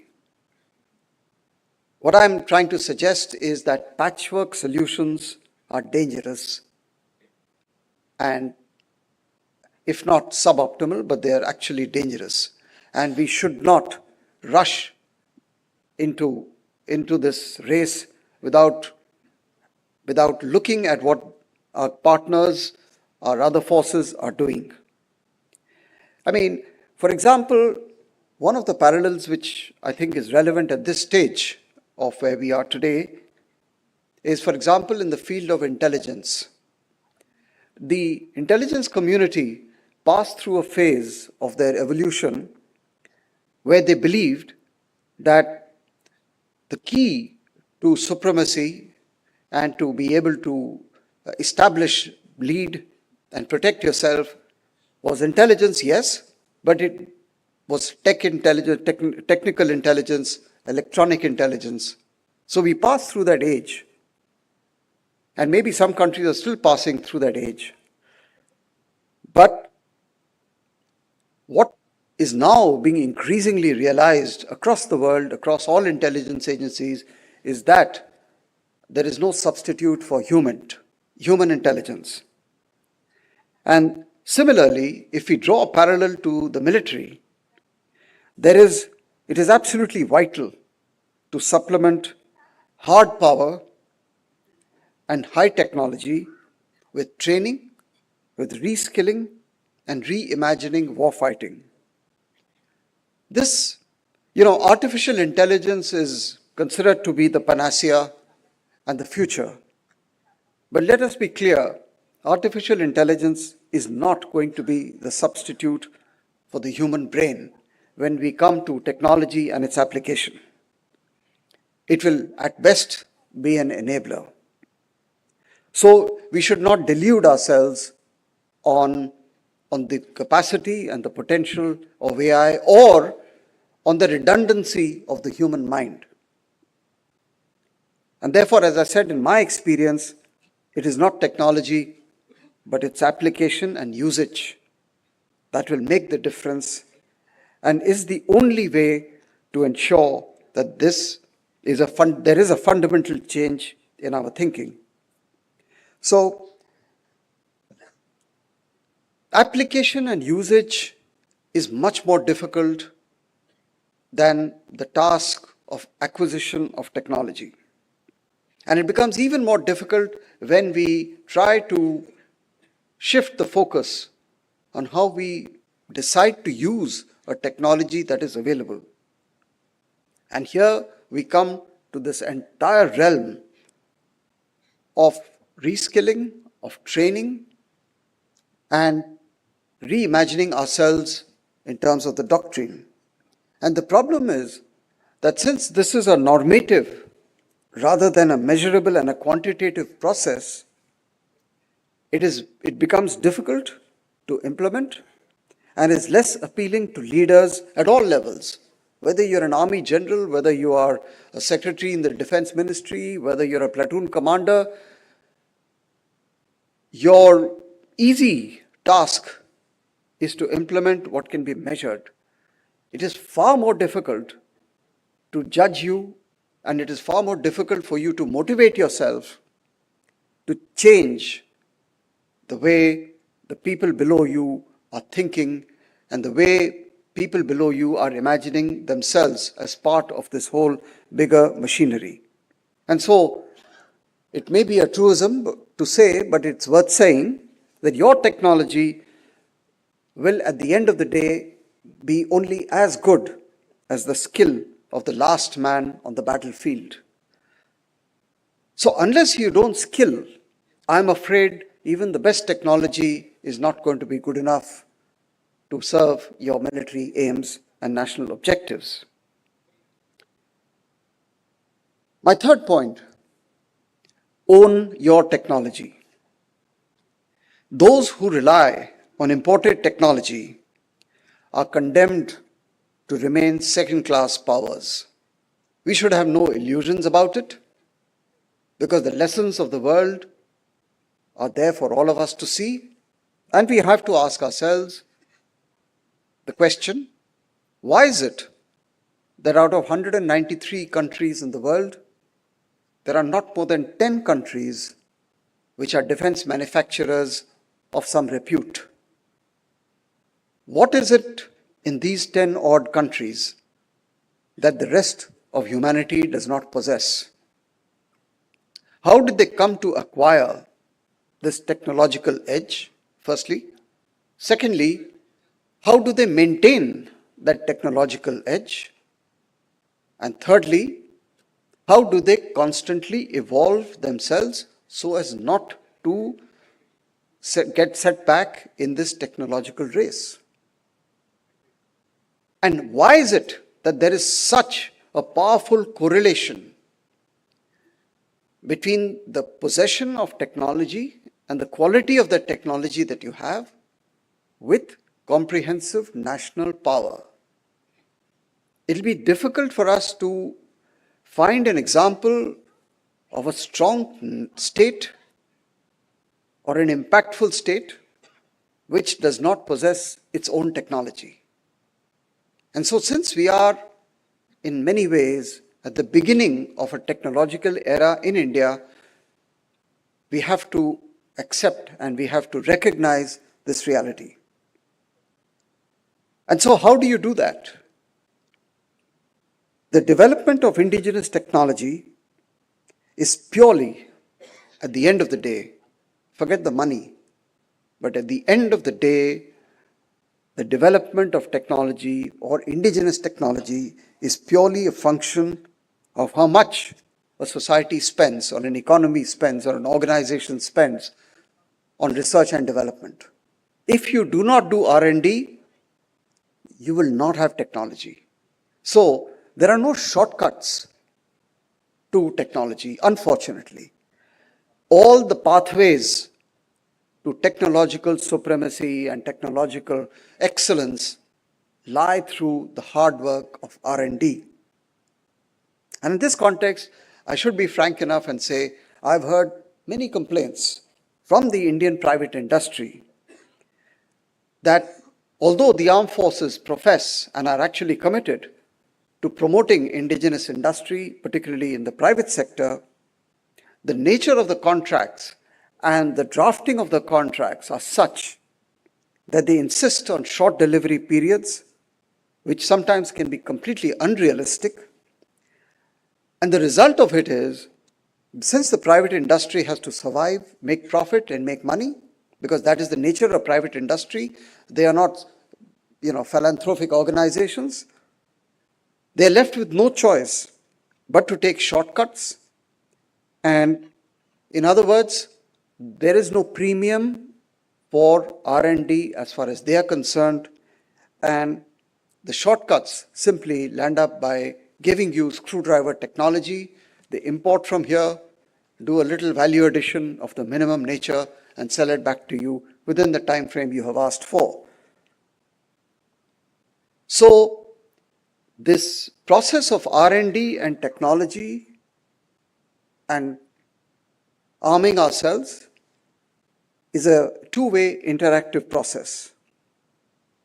And we have to talk to each other to understand each other's compulsions and problems. Because without that, one side or the other, whether it is the consumer or the supplier, is going to be dissatisfied. So when we look at the examples of these 10 odd countries, we should also study what were the processes and the arrangements which have enabled them to reach where they are. And so the development of indigenous technology is expensive. I'm afraid it is very expensive. Because, no one is going to give you technology. When you cross the Rubicon as India, from being a technology importer to a technology possessor, and then tomorrow, inevitably, a technology exporter, you will also be on the same side of the technology line. Because once you have developed your technology, you're not going to part with it very easily. So today, we may be demanders of technology, but we are fooling ourselves if you think that there is something called altruism in this harsh world we live in. Not even your best friend is going to empower you with the kind of technology which may threaten his own business or his market or his environment. So it is expensive because, of course, there are shortcuts. I mean, we've spent the last 5 decades importing equipment and technologies worth tens or more of billions of dollars. So if you just imagine and ask yourself, how many jobs have actually the Indian taxpayer created in the last 40 years outside India? The figures are mind-boggling. But if you want to do it all yourself, it's a tough choice, but it's a choice which you have to make, and I think the current leadership in India has made that choice. It's also time-consuming. But there is a transition period when you had zero and you're trying to move to something positive. It's not going to happen in a hurry. But there is this whole question of success and failure. You will not get it right the first time. So these are the elements of, and these are the downsides of developing indigenous technology. So I would say in this forum, if we have to have an honest debate, what I would place before you is that we should step aside from sloganeering and buzzwords and get down to the hard business of transforming our knowledge to an true operational reality. And just by saying that we believe in technology will not make us a technology power. That, unfortunately, is the real truth. And I hope that as we go forward, conferences and debates and discussions like this will help in bringing together the different stakeholders, firstly, and secondly, will enable our younger officers, whether in the military or in the civil bureaucracy or in the private sector, to engage in a paradigm shift in the way they see technology. So it's not going to come out of catalogs and fancy books, but we really have to transform. And in one sense, time is not on our side, because as all of you know better than I do, technology is racing ahead. It is a challenge not just to keep pace with the technology, but our job is to be ahead of the technology. So the warfare of tomorrow has unforeseen and unimaginable dimensions. But I believe, given India's vast human resources and ingenuity and innovation, if there is any country in the world that holds promise, it is us. And I have no doubt that we will be able to keep ahead of our adversaries and our competitors if we put our minds to it and if we treat everyone as an equal partner in this venture. There is no stakeholder who is less or inferior to another stakeholder. The idea of partnership and respect and belief in credibility and good intent at the end of the day is the only ecosystem that you need. So all of this, once it is internalized, can manifest itself in producing the right procedures, the right books, the right rules. But if we don't do that, I am afraid we will again be wasting time and doing disservice to the nation. So these are just a few observations which I wanted to place before you. Once again, thank you so much for the honor and the opportunity to talk to you. Thank you very much. Thank you very much, Ambassador Saran. I request you to please stay with us on stage as I invite the Vice Chief of Army Staff, Lieutenant General Pushpendra Pal Singh, to kindly join us on stage and felicitate Ambassador Pankaj Saran for that wonderful, incisive, courageous, and deeply clarifying address, I have to say. You reminded us, sir, that genuine progress demands honest debate, not comfort and buzzwords, that every stakeholder must shift their mindset if India is to truly transform. And your insights on why the 10 technological powers lead the world, relentless R&D, strong processes, and zero shortcuts provide us a benchmark without illusions. So thank you very much. And you underline that technology means nothing without skilled people and accountable systems. And your call for India to own its technology through sustained investment, smarter contracts, and meaningful partnerships comes with a powerful warning: time is not on our side. Your clarity has elevated this dialogue and given us direction with urgency and purpose. We are so grateful to you, sir. And with that, ladies and gentlemen, we'll go on to our discussions now. So we've got a panel session, and we arrive at session 5, which is themed Raksha Vivartan, transforming into an integrated, agile, and modern force.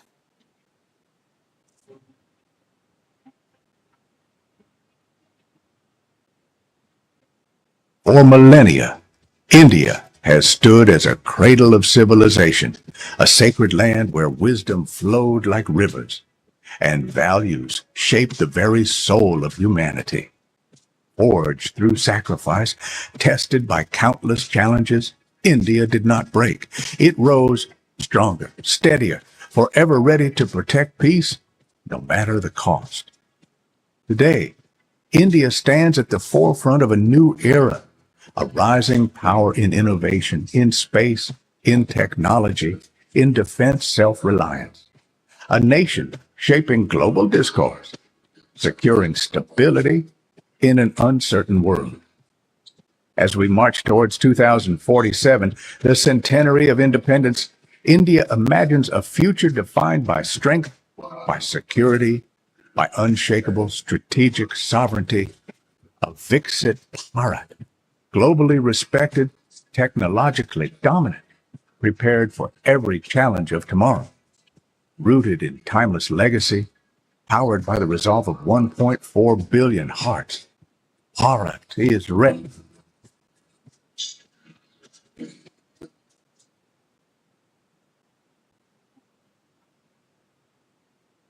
So modern conflict demands forces that think and operate as one. Raksha Vivartan is the shift towards integrated, agile, multi-domain readiness where operational speed, joint command, and information dominance decide outcomes. Ladies and gentlemen, it is my privilege to first welcome and invite our chair for this session 5, Lieutenant General Raj Shukla. Ladies and gentlemen, let's have a huge round of applause. Param Vishisht Seva Medal, Yuddha Seva Medal, Sena Medal, member UPSC, former General Officer Commander-in-Chief, Army Training Command. Very warm welcome to you, sir. And he's a visionary of military education, innovation, and civil-military integration. May I now take the privilege of inviting our esteemed panelist, Dr. Ataullah Ahmad Rashid, Head CSSS, Maldives National University. Let's welcome him with a huge round of applause, ladies and gentlemen. He's an expert on small state maritime security, and today he would be speaking on resilient security perspectives from island nations. And next, I'd like to request, ladies and gentlemen, our eminent panelists, Admiral Karambir Singh, former Chief of the Naval Staff, a strategic leader in Joint Maritime Doctrine and Naval Aviation. Warm welcome to you, sir. Namaskar. Today, he would be speaking on operational and organizational agility, enhancing jointness through adaptive structures. And may I now take the privilege of inviting Dr. Sanjana Hatatuva. Let's welcome him. Ladies and gentlemen, ICT for Peace Foundation, a specialist on disinformation, influence operations, and social media as strategic terrain. And today he would be speaking on social media on strategic territory, capturing attention to control reality. So ladies and gentlemen, that is our very stellar panel. I'm now going to request Lieutenant General Shukla, our chair, to please take over. Sir.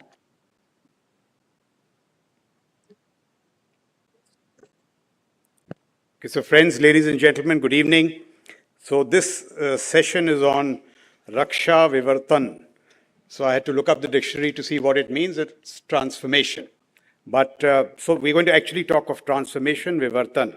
And this Vivartan from these service-centered silos, wedded to the traditional domains. Now there's been some improvement on that, but that's largely the paradigm.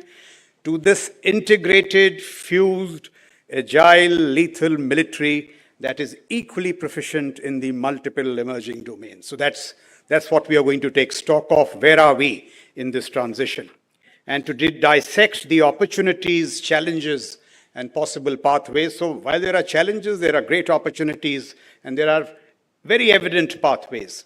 We have a very versatile panel, a very respected, may I say, former Chief of Naval Staff, Admiral Karambir Singh, who we are deeply honored and privileged to have you in our midst, sir. We also have two great friends of India, Dr. Ataullah Ahmad Rashid, he's a former diplomat, head of the Center for Security and Strategic Studies at the Maldives University, and Dr. Sanjana Hatatuva, who's a specialist on social media strategic communications. Now, each of us will make our opening remarks, strictly not to exceed 7 minutes. I've been warned 7 times by General Dushant Singh not to do so. And so all those with presentations and all, please, 7 minutes. And we will thereafter continue the conversation thereafter with a couple of questions and finally open up to the most exciting phase, which is the Q&A with the audience. Now, as part of my opening remarks, as mandated, I wish to make a point each with regard to 2 things. The drivers in integration, what are the global metrics, what's happening all over the world and where are we, and the trends in defense modernization. And these have been the precise cues given to me as the moderator, so I will just stick to the mandate. So when it comes to this whole business of integration and all, where are we? I mean, having been watching this space for a while and having done some research over the last week, I see that there is an inexorable surge towards greater fusion, integration, agility, and fleet-footedness in combat. So anybody who's thinking of any excuses not to move in the Indian context, I'm afraid there's no global evidence. And I'll just tell you how it's getting better and better. In fact, what is happening, those who do not integrate and fuse face obsolescence. You'll just see. So let's see, in both Rising Lion and Midnight Hammer, we saw the marriage of piloted air power with young technology geeks. You study all the stuff that has come out later. Those brilliant strikes would not have happened without all the space, cyber, EW capacities created by those young geeks. This is beyond integration. It is absolute fusion. And it is not just theory. You see how EW was used, to target the capacities which are now dispersed across terrestrial networks, airborne platforms, LEO all the way to GEO. So there are weaknesses and strengths all along. And that is exactly what was targeted. Some of it, I presume, I'm no longer an insider, would have been the case in Sindoor. This is actually happening. And so we have to really see, look at this in a very fair manner. We are seeing aggressive orbital warfare, and that is why I keep arguing for Space Command. It has gone beyond war fighting. It is the lead command, repositioning of satellites before the strike on Fordo and Natanz, in the build-up to Rising Lion. Agile weapon engineering for precision strikes. And in all the stuff, weapon engineering, precision strikes, there was not a single serviceman. They are all technologists from here and there. Look at how space is opening up. Today, LEO, this massive proliferation in LEO, 42,000 satellites by Musk, 14,000 by the Chinese, attritable, cheap, signals difficult to jam. They are offering an entirely new set of military capacities. And GEO, satellites that hover at that height, one satellite covers 1/3 of the Earth, so 3 satellites cover the entire globe. What it does to revisit times and surveillance SWATs. And the brilliant thing is that LEO and GEO not only offer national security attributes, but they are a business layer in themselves. You just go back and watch. There is a Air Force and Space Association. Recently, a seminar was had, I think, 1 month back. I couldn't believe my eyes. There are 7 panels on EW, 7 panels on cyber, and each is gripping. So the point really is there today, militaries have got dedicated satellites for EW, dedicated satellites for SDR. We talk in the army parlance of high ground.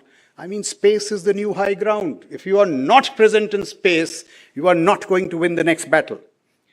But if you integrate and fuse in terms of technologies, domains, capacities, and networks, you will get air dominance in 3.5 days. That's what's happened. If you get this whole piece right of integration, fusion, agility, you will get air dominance, perhaps victory in 3.5 days.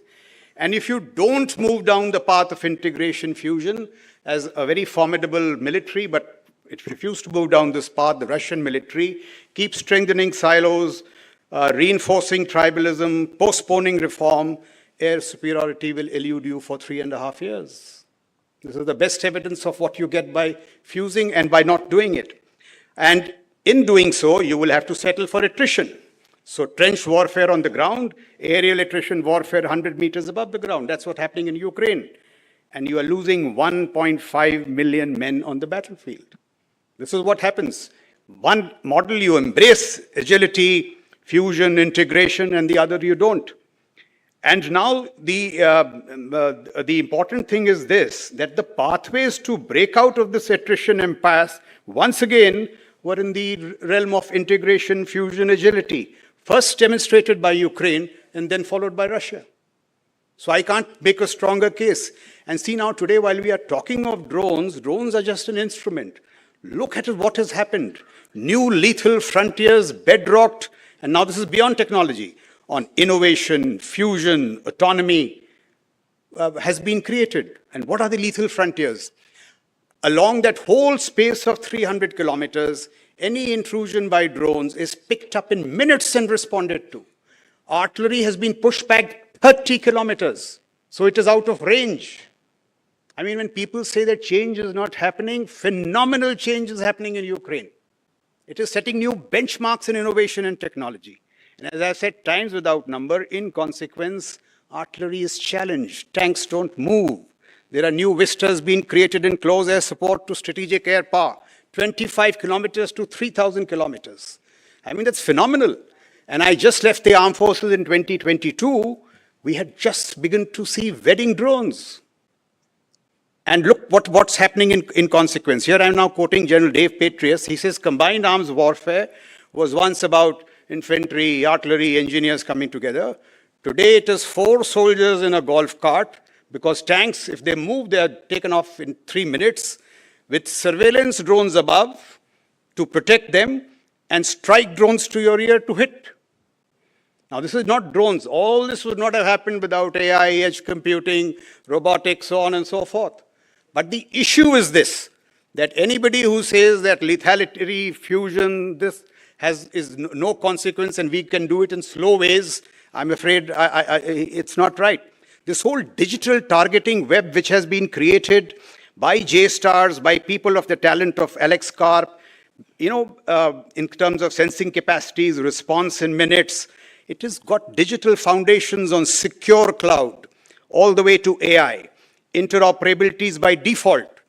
Look at the whole problem amongst us. Air Force, Navy, don't talk. Why? Because of over-specifications. They are putting an end to this. Simple architecture, open software. The default option of the military is closed software. We are grossly wrong. And this is happening because specialists are being brought in from outside. Let me ask you this. Who are the generals in Ukraine? We haven't heard of them. World War II, Patton, Montgomery, 71, Manekshaw, 65, Harbaksh. The generals that refuse to integrate, fuse, and reform have been rendered obsolete. Generalship has become faceless. And who are the new generals? The ones who integrated and reformed: Elon Musk, Palmer Luckey, Alex Karp. That's the fact of life in Ukraine. So the point I'm making is that technology and innovation are the new and more effective tools of integration and fusions. If you don't act, you will be rendered obsolescent. So the point in India is not about creating theater commands. Aapka wajood hi khatre mein hai. If you don't do this kind of stuff, you will be set aside. And I'll give you more examples. Now, the second point about defense modernization. We are witnessing new leaps of faith across nations, continents, and the design architectures of military-industrial complexes. So many examples, but let's get to the latest. The British Strategic Defence Review 2025, 2 months back, exemplifies the trends manifestly. What is the core organizing strategic principle in defense modernization? It is tempo dominance, a new maxim that the side which learns, adapts, innovates, and procures the fastest wins. You can't have these 15-year timelines. And see what they are doing. Old procurement manuals have been thrown out of the window. This GSQR, AON, and all that nonsense, been thrown out of the window. Anything which is baked in grueling process has been put to one side. New innovation guidelines that prioritize outcomes. This is music to my ears. We were always told process. Outcomes, and it is written there in black and white. This is the first defense review not done by a soldier, not done by a civil servant, because they failed to do it in 6 defense reviews in the past. These are by innovationists, people from the private sector, so on and so forth. In recognition of the new realities, that the battlefield is no longer just kinetic, it is cognitive, it is autonomous, with mind-boggling advances in AI, quantum, robotics, and biotech at dizzying speed. So it's not something of the future. It's happened in Ukraine. And look at this. This is from the SDR. The locus of defense innovation is shifting from well-established prime contractors to agile startups. In our case, if we give these startups orders, if you give them orders, business will flow. Innovation will intensify. What are we doing? Precisely the wrong thing. We are trapping startups in regulation. We really have to look at these things. What is the evidence? The AI in Tesla is better than the most advanced fighter aircraft in the American inventory. The computer vision in Snapchat is better than most American military sensors. And autonomy in Roomba is far better than most American weapon systems in America. So there's an acknowledgement. DARPA is not working. Boeing, Lockheed are failing. Startups are the new reality. Now, whether we want to recognize or not,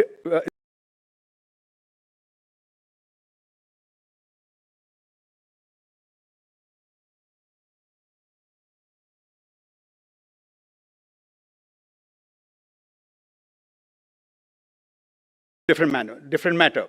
What has the Britain done in this review? They have said that to fix the military-industrial complex, they have entrusted the transformation to a private sector executive, Rupert Pierce, with years of working in Marsat. He's been designated as the Director National Armaments. Basically, his mandate is to fix the military-industrial complex and its relationship with the private sector and startups. It's like getting Mr. Kalyani to fix military-industrial complex in India. What does this do? The generals were threatened there. What is this? Whom is this threatening directly? Secretary of Defense Production. No comment on the person manning it, but the system. If we do not let go of regulation, this is going to happen. And it's happening elsewhere.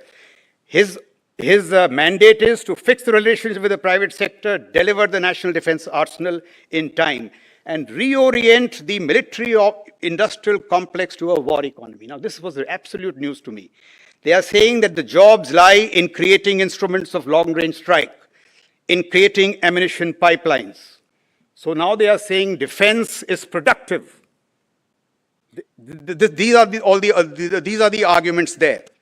Look at this business of Debt 201, the American example. They've gotten Alex Karp and all these chaps, Andrew Boswell and all, to drive innovation there. So what did they do? The first task they were given was to pick the fluff in the American defense budget. They take a Black Hawk helicopter, take a fin of that helicopter, and they're surprised because there are people in that field, they know it. They are told it costs $144,000. So they use their own technological gravitas, they reverse engineer the product, 3D print it, and validate it in 41 days. What is the cost? $3,000. This is when you encourage innovation. And you go to the regulation mold now. What does our DGQA do? A 3-star whose only job is to regulate. A wonderful job. Every day put 4 objections. And once again, no comment on the person. This is a system we've encouraged. If you get innovation, see what will happen to regulation. Regulation is easy. Innovation is difficult. So these are signs of the changing paradigms. We must smell the coffee, bake the change. And just 2 more minutes I'll take. I hope I haven't exceeded 7. The incentive and reward structure for the bureaucrats is this. They have been told that you will be judged not on the metrics of financial prudence, but lethality, speed, time frames of delivery. It's going to go into their APRs, both the Americans and the Brits. And what have they been told? Major combat platforms, 5 years. Here we have AMCA, 15 years. The argument is if you don't produce these platforms in 4, you will not produce them in 15. Modular structures, 1 year. And hear this, AI and software, 3 months. Is it not the reality? Here, from a time a chap is made startup champion in whatever IDEX, contract takes 2 years. AI has changed 40 times. And the other thing is that this is to encourage risk appetite of procurement bureaucracies and executives. I mean, tell them that if you have to produce it in 3 years, improve your risk appetite. Or please make way for somebody else. Now, if this is L1 thrown out of the window. Now, if these are the things happening, the new lexicon, it is in the document that process is the enemy of war-winning lethality. That explains the move from Department of Defense to Department of War. It's not about warmongering. It is about doing all these things. OTA being normalized. And look at these last 2 things and I'll finish. 10% compulsory ring fencing in the budget for technologies of multiple emerging domains. You have to spend on it, not revenue capital. What you spend on.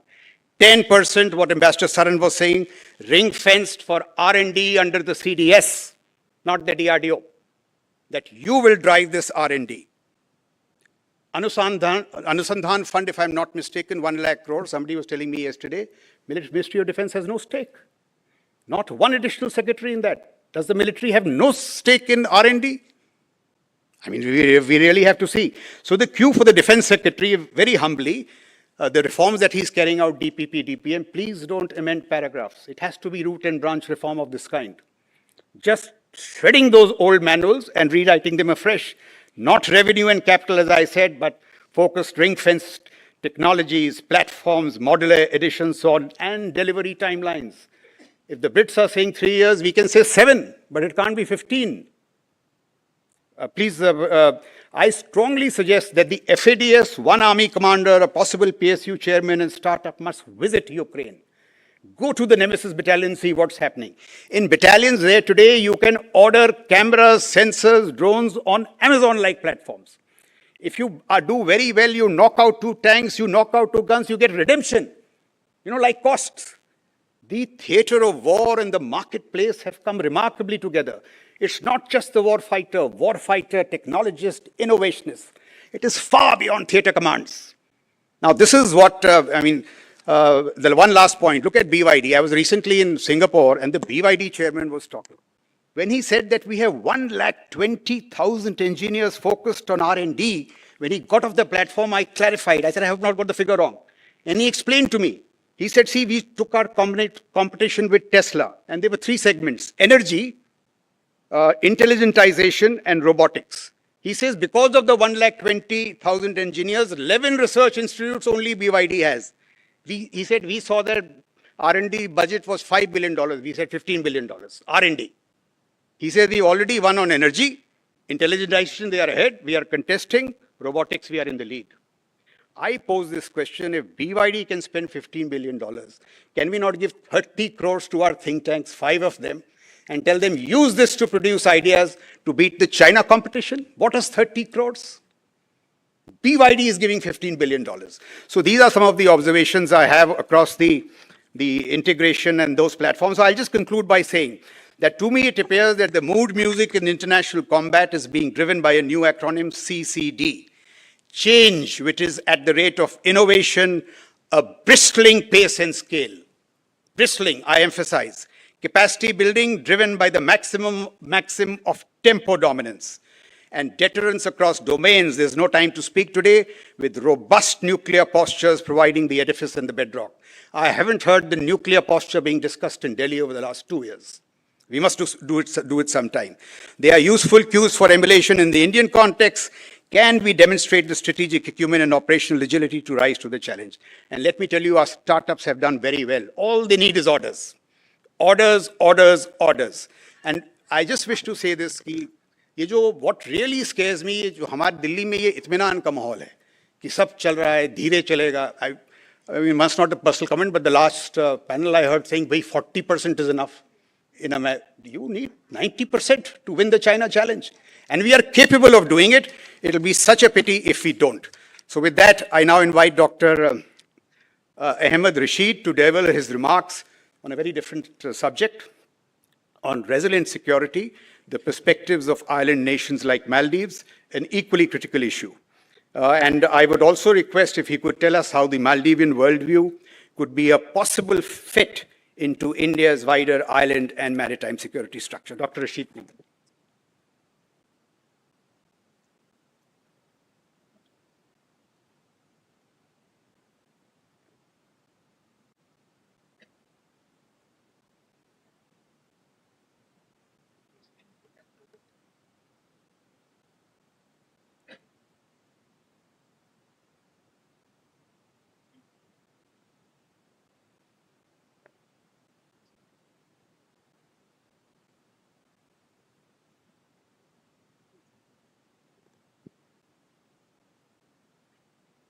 Good afternoon, everybody. I would like to start by thanking Klaus for giving me this opportunity to participate in this very honorable event. Let me begin by telling a short story. On a rough weather Sunday, the Coast Guard operator receives a distress call. A boat has capsized while traveling between islands. Search and rescue protocols immediately activate, and the Coast Guard, along with other national agencies, goes on high alert. Deploying a rescue mission is routine, but as the first vessel heads towards the accident site, the second, third, fourth, and fifth SOS call floods the hotline. Suddenly, the complexity of decision-making escalates. The Coast Guard has multiple small vessels, including Gulf crafts to fast interceptors, apart from the big ships. But capacity is stretched thin. Not only that, reports of IUU fishing and other maritime security threats do not stop with weather changes. Strategizing maritime security operations under worsening weather conditions become critical. This is linked to aspects that climate change amplifies these challenges, making the resilience of agencies an operational necessity. In this context, the Maldives Coast Guard stands out as a small but sophisticated and resilient branch of the Maldives National Defence Force. Here, resilience means more than capacity. It is about sustaining operations despite resource constraints and environmental volatility. This comes with a policy and strategy to navigate national efforts to protect ocean environment with regional partners. So, I would like to highlight 3 takeaways from this short story.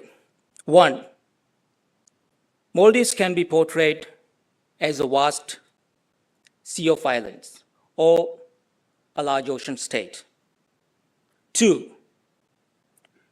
due to multifaceted aspects of threats that is arising at sea and land within and outside of its own territory, stretches thin the Coast Guard's operational capability.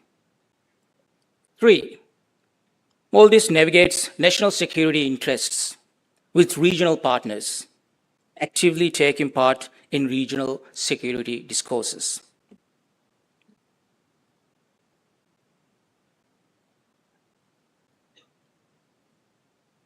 So given the short time, I would try to respect the time and keep this introduction very brief. So let's quickly map the Maldives. Maldives is a small island state located in the Indian Ocean of about 1,190 islands scattered across an archipelagic atoll formation. The land area of the total islands together is about 298 square kilometers, but commands an exclusive economic zone of 900,000 square kilometers. This makes 98% of its territory the ocean. Given the size of the Maldives and placed itself in the Indian Ocean and commanding a large ocean territory, makes maritime security a crucial aspect of national security.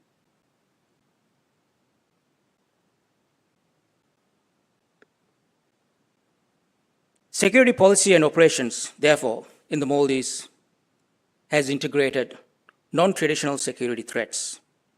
This includes IUU fishing, maritime piracy, drug trafficking, and other incidents at sea. The posture, the way in which Maldives positions itself in the ocean makes policy, national policy, and maritime policy as an integral part of the broader national security agenda.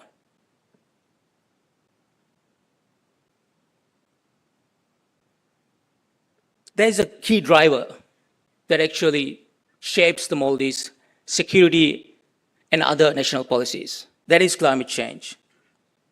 Climate change has recently been incorporated in both civil and military policy discourses. Events such as I just explained through the story has created the idea that climate change must be an important component of security discussions.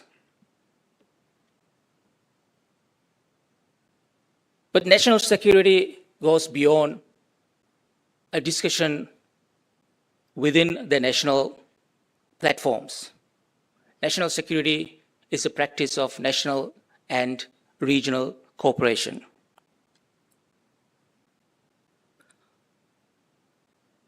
I'll be happy to discuss further. Given the time, right now I wouldn't say a lot, but during the discussions to comment on any of the questions you have about the type of security the Maldives actually possesses as a small state. So for now, I'll stop. Thank you very much. Thank you, Dr. Rashid. That was remarkably short. Thank you.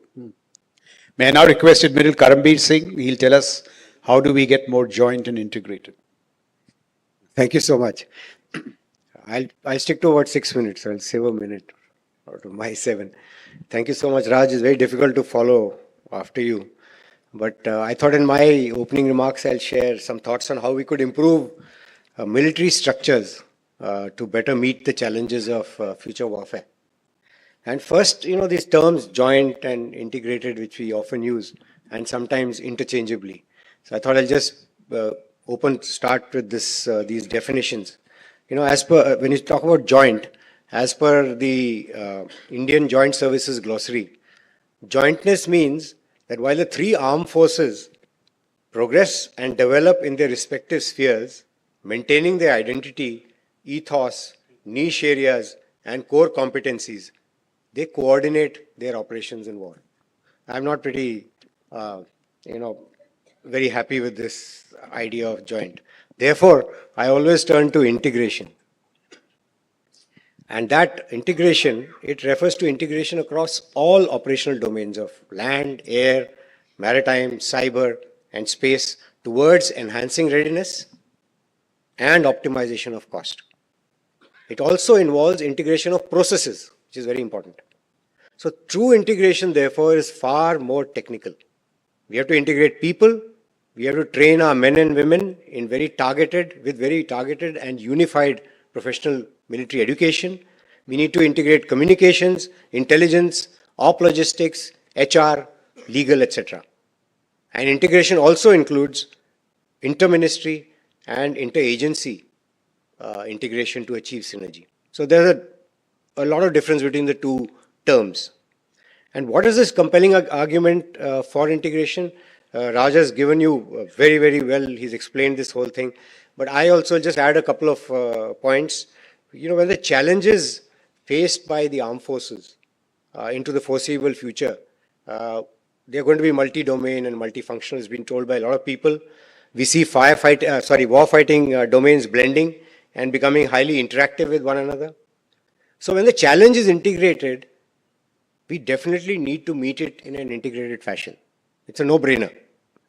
With cyber, space, human, information, civil, military, legal domains merging, I think more of the same, to my mind, will not work, because if we think of domains as segmented frameworks, we will inevitably think in sectoral ways.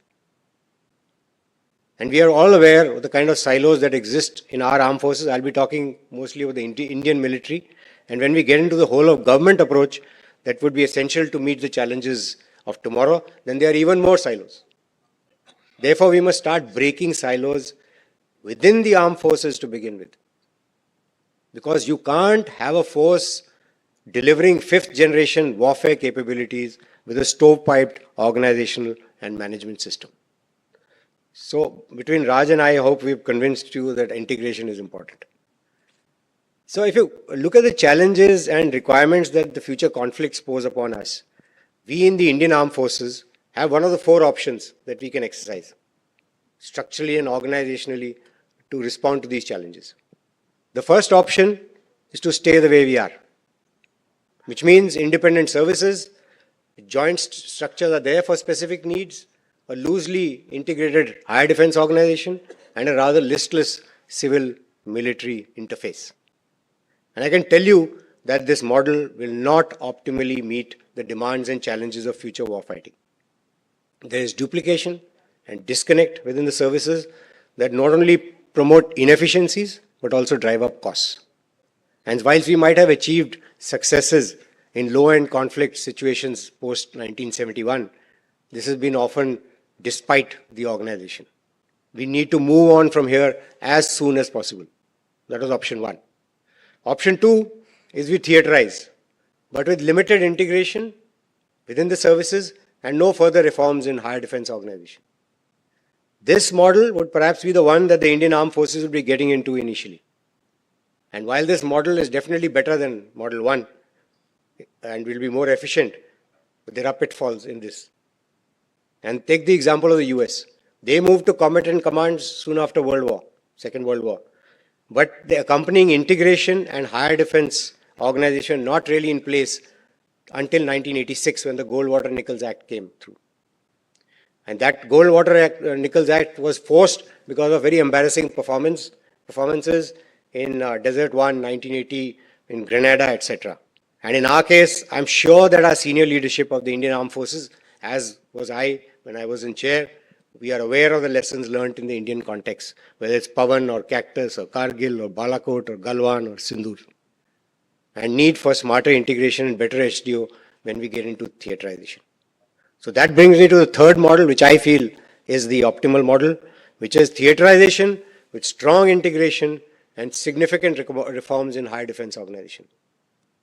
And when by integration, I mean, I already told you what in the definition, but we need to aim for a situation where we design, acquire, and operate an integrated force. When I say acquire, for example, just one of the points is the exercise of that the IDHQ has done on the Integrated Capability Development Planning, ICDP. That's the way to go. A welcome initiative. But the exercise must not end up in an aggregation of platforms for different services. But it should be an integrated, capability-driven one. As far as HDO, Higher Defense Organization reforms are concerned, we need to put in place clear command and control chains leading from the theatre commander to the CCS, whom ideally the theatre commander should report to ensure that the theatre commanders are supported. We need to very, very drastically reduce the bureaucracy in decision making, for one. There are too many filters in matters related to defense. Our higher defense, higher headquarters or MOD are highly vertical. There are several layers of management, up to 7 layers within each headquarters, and highly horizontal. Many offices, especially for multidisciplinary issues. So decision making is therefore slow, especially in areas of procurement, force planning, and in the ability to foresee and translate challenges of the future into equipping, training, and posturing of our forces. We also not only need reforms in our higher defense organization, the MOD, but also at the national level. In addition to regular warfighting, aspects involving grey zone, cyber, lawfare, cognitive and strategic communications make it quite apparent that the threats to national security would cut across functional areas, more functional areas that we in the armed forces have so far been used to operating in. This would require a whole of government response and therefore higher defense organization had reforms at the national level. And the fourth model, the fourth option that we've got is that we could go in for a complete unification of all the armed forces. In this case, services lose their identities, they are subsumed within the unified armed force. Canadians tried it, the Israelis, which didn't have a baggage of British legacy, they are a unified force and they are very lethal and efficient. So I'll end by saying that from where we currently are, it will be logical to move to theaterization and parallelly move full speed ahead with integration and higher defense 2.0 reforms. I don't think we in the armed forces are culturally ready to adopt the fourth model of unified armed force. That would cause large turbulence. But let me tell you that maybe we'll have to go there in future. Thank you so much.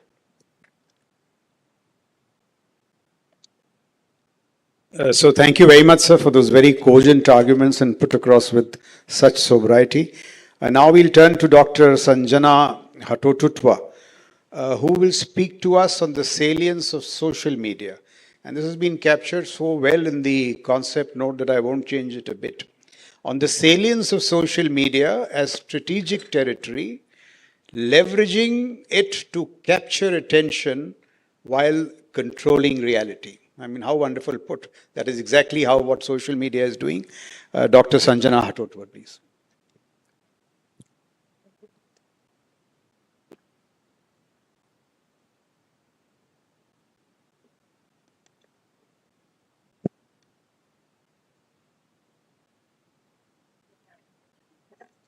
that it's not supposed to look like that. Aibo, namaskar and good afternoon. It's always a pleasure to be back in Delhi. Like my Prime Minister, I'm a proud graduate of Delhi University. She went to Hindu, I went to Kirorimal. So it's like coming to a second home. And I also wanted to thank the organizers for inviting me to be present at the Chanakya Defence Dialogue. Esteemed moderator said that we have 7 minutes and he went on to speak for 15. The big difference is that if I were to try the same thing, I'm standing in front of men who have no qualms shooting anybody who tests their patience. He is one of you, I am a guest. So I will try to keep to my time and go at speed, knowing full well... You can take 20, unfortunately.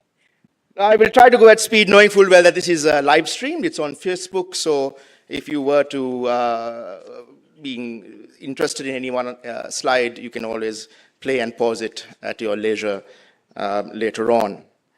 I want to introduce Sri Lanka as a country that has fallen prey to, at a country scale, a PLA doctrine around cognitive warfare, which I would submit to many in the audience would be news and new to you. We have talked about cognitive warfare, and I'm very glad that it has been broached, so I don't have to spend too much of time. But I would like to posit it in the frame of Sri Lanka and what I've studied for over half a decade as something that my country has fallen prey to as a consequence of the weaponization of Facebook and Twitter in particular by the Chinese Central Party, and particular accounts on it that are targeting my population at scale, at a country scale. So this is quite sophisticated, it is extremely strategic, it is sustained, and it is ongoing. And I would like to submit to you that I think that I'm not a military person, but from a NatSec perspective, that one of the challenges that any country would have, and certainly Sri Lanka, I would not presume to think that India would face the same, but I would imagine that it would be a shared reality, that epistemic meaning-making is something that is going to be increasingly important and a new domain to think of when you talk about national security. We all know about China's cybersecurity prowess. This is an article from 2007 where it was already evident around the fact that they are going to be and were already a cybersecurity forced to be considered. That's many, many moons ago. Today you have additional threats and domains, one of which is cognitive warfare, the other one is called neuro-targeting. Essentially, all of what these domains speak to is what I research on, which is the way in which you can hack minds at scale to change the way people think, feel, behave, and respond. Sri Lanka, I submit to you, is an interesting case study. And as I said, I've studied this now for over half a decade. I've written chapters, I've written reports. That report in red was done particularly for the Chanakya Dialogue. These are all public domain. You can go and read it. I won't spend too much of time on it. But I did it because I took Chanakya Dialogues as fairly serious, and I wanted to present to you something entirely original that hasn't been done, and to my knowledge hasn't been presented in South Asia because this scholarship is so weak. It is to say that today, Sri Lanka offers an example of a 2019 stated PLA doctrine around cognitive warfare and the capture of a country during even peacetime, using advanced means weaponized through social media. So the doctrine, and this is all public domain, I'm sure many of you know it as well. Some of you said that Chanakya, the Indian Chanakya himself, articulated this, but I'm talking more specifically of the PLA doctrine coming from China, targeting countries like Sri Lanka. It has 6 segments or aspects, if you will. The only aspect that is missing in Sri Lanka is that second from the top on the left-hand side, which is cognitive interference technology, to the extent that I know. All of the other aspects are present and active and weaponized at scale. I study just under a dozen leading China IO accounts on Facebook for over 5 years.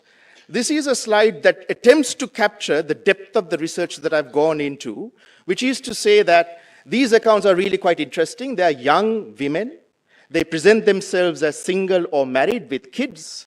They are extraordinarily attractive, and they speak my language, Sinhala, better than I do.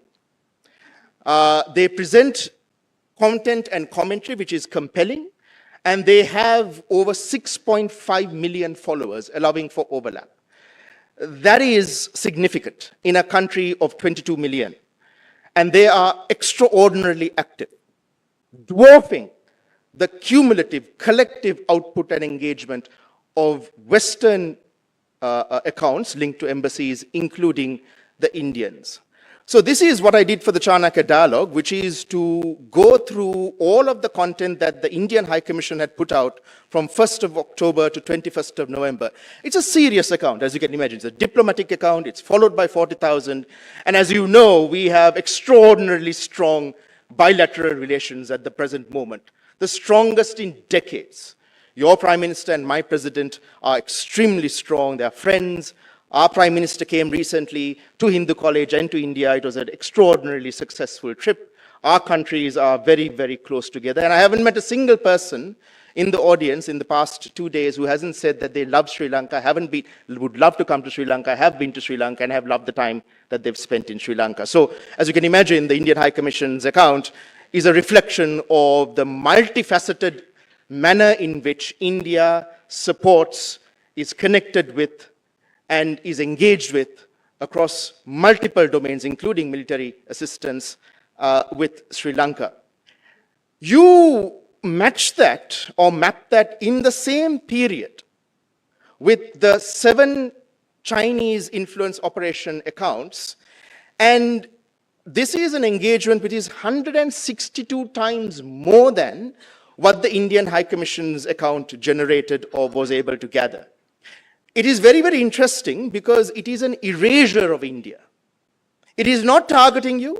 It is not saying that you are evil. It is not saying that we shouldn't be engaging with you. It is simply erasing you. And this goes to the Chomskyan notion about the fact that sometimes erasure is more important than what you amplify. It's a very, very sophisticated narrative strategy. It erases, diminishes, seeks to dismiss, dislocate India's centrality in our bilateral relationship, our geographical proximity, our civil-military relations, and our diplomatic relations. It's an extraordinary narrative architecture shared by 7 accounts that is an ongoing salvo, if you will, of content and commentary that seeks to erase India from the consciousness and the reality of 6.5 million followers who are devotional to those they believe are genuinely, authentically young Chinese women who are telling them what they want to hear. So this is a very, very sophisticated strategy. What are some of the threats that I see for India as a consequence of Sri Lanka being subject to and hostage to and captured by this? If my language has been appropriated and weaponized to the degree that it has, and it is quite significant, right? I mean, please go read the research. I don't have time to go into it. This is not something that is occasional. It's not something that is simplistic. It is well thought out, highly sophisticated, extraordinarily strategic, sustained, and at the scale of a country. You have 22 official languages, and they are all threat surfacers for similar operations, including, by the way, languages like Tulu in Karnataka, which might not be spoken by the majority, but are still spoken by millions. And there are other threat vectors as a consequence and an extrapolation of what I feel Sri Lanka is subject to as a consequence of these ongoing IO and cognitive warfare operations. It is, I submit to you, and you know this, it is a very, very hard problem to solve. We are maybe, and as a Sri Lankan I can say, too late. We don't have any policy response. We don't have even an acknowledgement of this. I am a very, very lonely scholar because I am the only one in Sri Lanka studying this. There is nobody else. And there is no official response. There is no policy response. There is no all of government response. There is no media response. There is no all of society response. Our inoculation against this is near zero, which is why the country and society at scale have been captured. So if you want to have some solutions, I did spend some time thinking around how other countries have approach this, and they are democratic countries, because I mean the argument is that we cannot become an autocracy like our adversary. We have to respond within the democratic architectures that Sri Lanka and India share as one of Asia's oldest democracies. So we can look to Taiwan, we can look to Estonia, we can look to Ukraine, we can look to Finland. These are all democracies. They have influence operations in varying manners, but they all offer us examples of how, as a country, one can have an all of society and all of government approach, because quite simply, this is not something that just the military can achieve or seek to overcome. And in response to, I don't know where that student is, that was a really good question in terms of how India or any other country can have defenses against this kind of warfare, which is silent but present and really hard to locate if you don't know what you have to search for. So I have taken some time out in this slide, which I won't go into too much of detail because of the time considerations, but I took some time out to present to the Chanakya Defence Dialogue cohort an architecture, a template or a blueprint around how a democratic answer to this autocratic weaponization of social media can be constructed. The scholarship around this is entirely new. So this is embryonic. It is a first shot, if you will, but it is also to suggest that democracies can, like India and Sri Lanka, if we choose to do so, have comprehensive, multi-layered, systematic, long to medium to short term, multi-domain, multifaceted, multilingual approaches to protect society from sophisticated operations such that we find in Sri Lanka.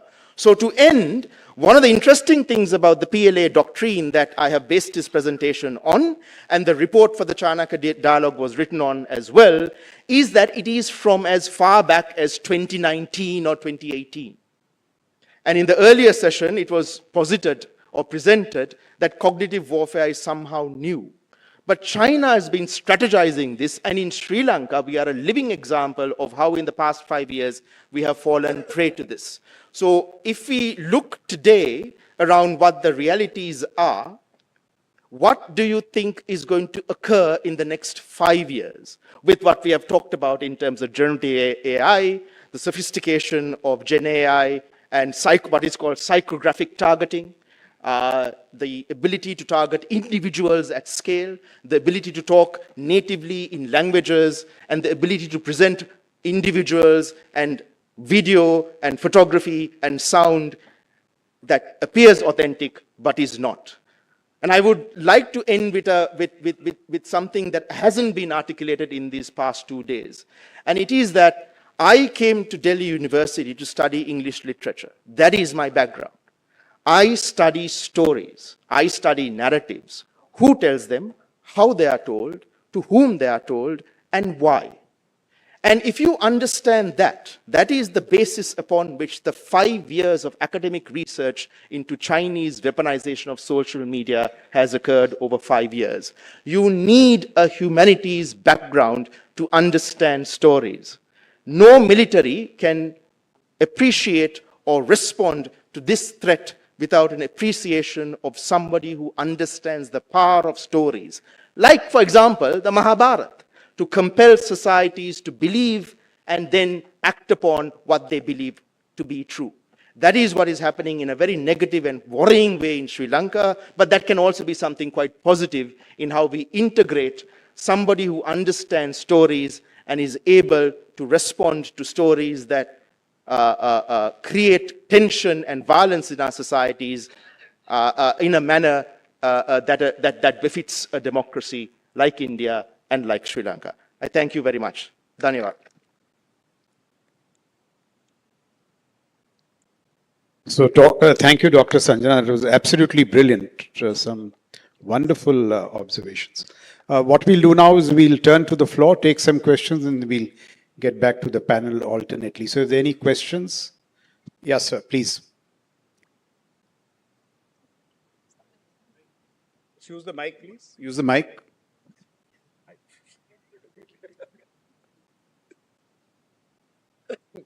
Hello everyone, my name is Ashay and I am an alumni of IIT Madras. So a few themes that were mentioned is, sir, you mentioned Alex Karp, who is the co-founder and ex-CEO of Palantir, and you also mentioned sensor fusion and cross-team collaboration. So I had two questions related to that. So one is, how do we go about building something like Maven Smart System in this country? And is there a sandbox environment for that? Because largely we don't know. Just put the mic here. I can't hear your voice. So how do we go about building something like Maven Smart System is in India when we don't know the underlying systems or protocol used by the end user? And second question is, how do you envisage cross-team collaboration and data sharing in India, which best serves our use case? Okay, so you see, so you asked two questions. Your voice was breaking, so I couldn't take the entire conversation, but the patches that I've heard. So you mentioned data sharing. In our case, I don't think we have even begun to unlock data. The main reason is, at least till I was in the service, the three services would quote security considerations to say, how do we share data? Now, in many democracies across the world, you have what is called secure cloud. The last time I was in service, my signals advisors told me, sir, AWAN is confidential. It is actually a pack of nonsense. Why does military need militaries? What will they do with confidential stuff? I am not here to exchange Diwali greetings with Ghormate. I have to pass operate. So the minimum should have been secret. Now it turns out that the private sector is offering US military, UK military, secret cloud secured with quantum and AI. The point that we should ask is why the Indian military with all kinds of engineers, for example, the army has an MCME, an MCT, CME. The reason is because we were schooling them and training them in regulation. They were never asked to deliver on these slides. And I've seen it in close quarters. The SONC would tell the chief who was about to sign off on a document, sir, mat sign karna. He should have been asked the question, you're not to tell me to sign or not. You are to deliver the secure cloud. If we raise that bar, it will entirely happen. Your first question was in startups. I couldn't catch what you're saying. See, I've been integrated with the startup world. No, I don't even need the details. I'll just answer. The problem in India is not these small technicalities or the things that you're using. I can tell you 8 startups who are world class. They have been running for 1 year for orders. All they need is orders. उनको कोई मेहरबानी नहीं चाहिए. और orders देने के बड़े तरीके हैं. Palantir को CIA fund करता है. Why can't DIA fund for startups?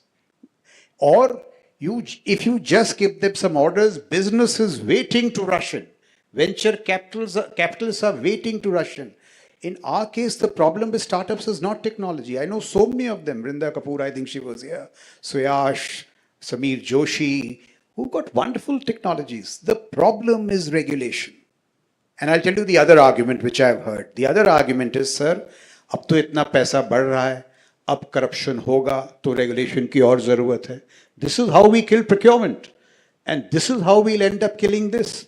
And I'm very certain if we keep making the same excuses, वो दिन दूर नहीं जब Rupert Pierce का Indian guy, it could be Kalyani, it could be anyone, will be told to fix the military industrial complex. The soldier, civil servant have to stop making these excuses because this is the way stuff is moving. I mean, so that's my response. So, may I For make a- details, we can just go in the tea break. May I make a response to this? I'm sitting next to you. Sir, yes, sir, please. You're an IIT fellow, so you know much more than I do. But you know, tomorrow's warfare is shifting to algorithmic warfare. Whose algorithms are stronger than the other? The secret will lie in faster upgrading of software. There are a lot of commercial things like Amazon, etc., who are internet facing. The banking sector is internet facing. But what they're doing is they are upgrading their software at an extremely fast rate so that they are ahead of their peers. Even in the Russia-Ukraine war, there are software people embedded with the battalions or with the platoons, sorry, not even battalion. So the drone takes off, goes, encounters a certain kind of EW, comes back, they know that it was ineffective, the software is tweaked on almost a daily basis. The Russian side, when the Ukrainian drone with the tweaked software reaches there, they know that there's a problem, that they have not been able to breach that software. So they tweak. So this is what is happening. It's algorithmic warfare. In fact, the US Air Force is switching to modular open system architecture. They're even wanting to stop this proprietary software and stuff. They are coming into things like app stores for their applications, like what you have on your mobiles. So things are changing rapidly, and we are trying to take control of the source code. Whereas after some time, source code may not be that important. It will be how you control your APIs, which are leading to the application. So I just thought I'll put that. Okay, can I just ask a question of Dr. Sanjana? You see, what do democracies do? Because for us, free speech, the information space is so important. When you are pitted against the Chinese, so let's see how TikTok works. It's a fun app, but I'm told it has an algorithm which is designed strategically to manipulate Western audiences. Look what it's done to Trump. Trump's whole base comes from this young crowd who use TikTok. He knows the mischief that TikTok is doing, but he can't break off from the young crowd because they are his voters. And so in the negotiations, what the Chinese are saying, ki business ownership can go to you, but algorithmic control remains with me. So what do we do? And I'm surprised that the Chinese have not attacked India with the same ferocity. So what's your general observation on that? And secondly, so what does India do? Should we design a TikTok of our own? Because that's the way the world seems to be working. Well, I mean, you don't ask a Sri Lankan to give advice to what India should be doing. Because no, that's my tribute to you, because I haven't heard no Indian speak so brilliant. These are fundamental questions that will go beyond the time that we have allotted to go into any significant detail. I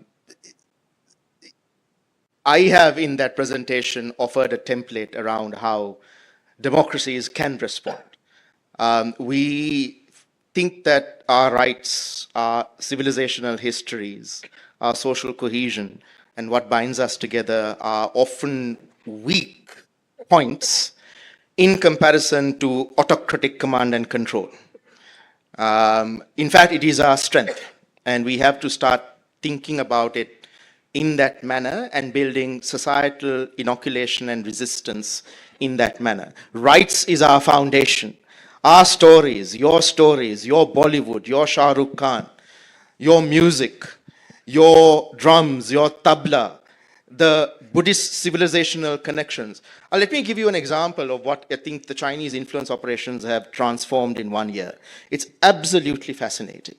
In the past 1.5 years, the Chinese IO targeting Sri Lanka suggests that Sri Lanka and China have a Theravada Buddhism civilizational link. There is none. But there is an increasing presentation of Buddhist chaityas and temples as a connection between the two countries. Now, what we do have is an umbilical connection with India. So it's very interesting to understand why this presentation is being made at some significant force and increasing in ferocity.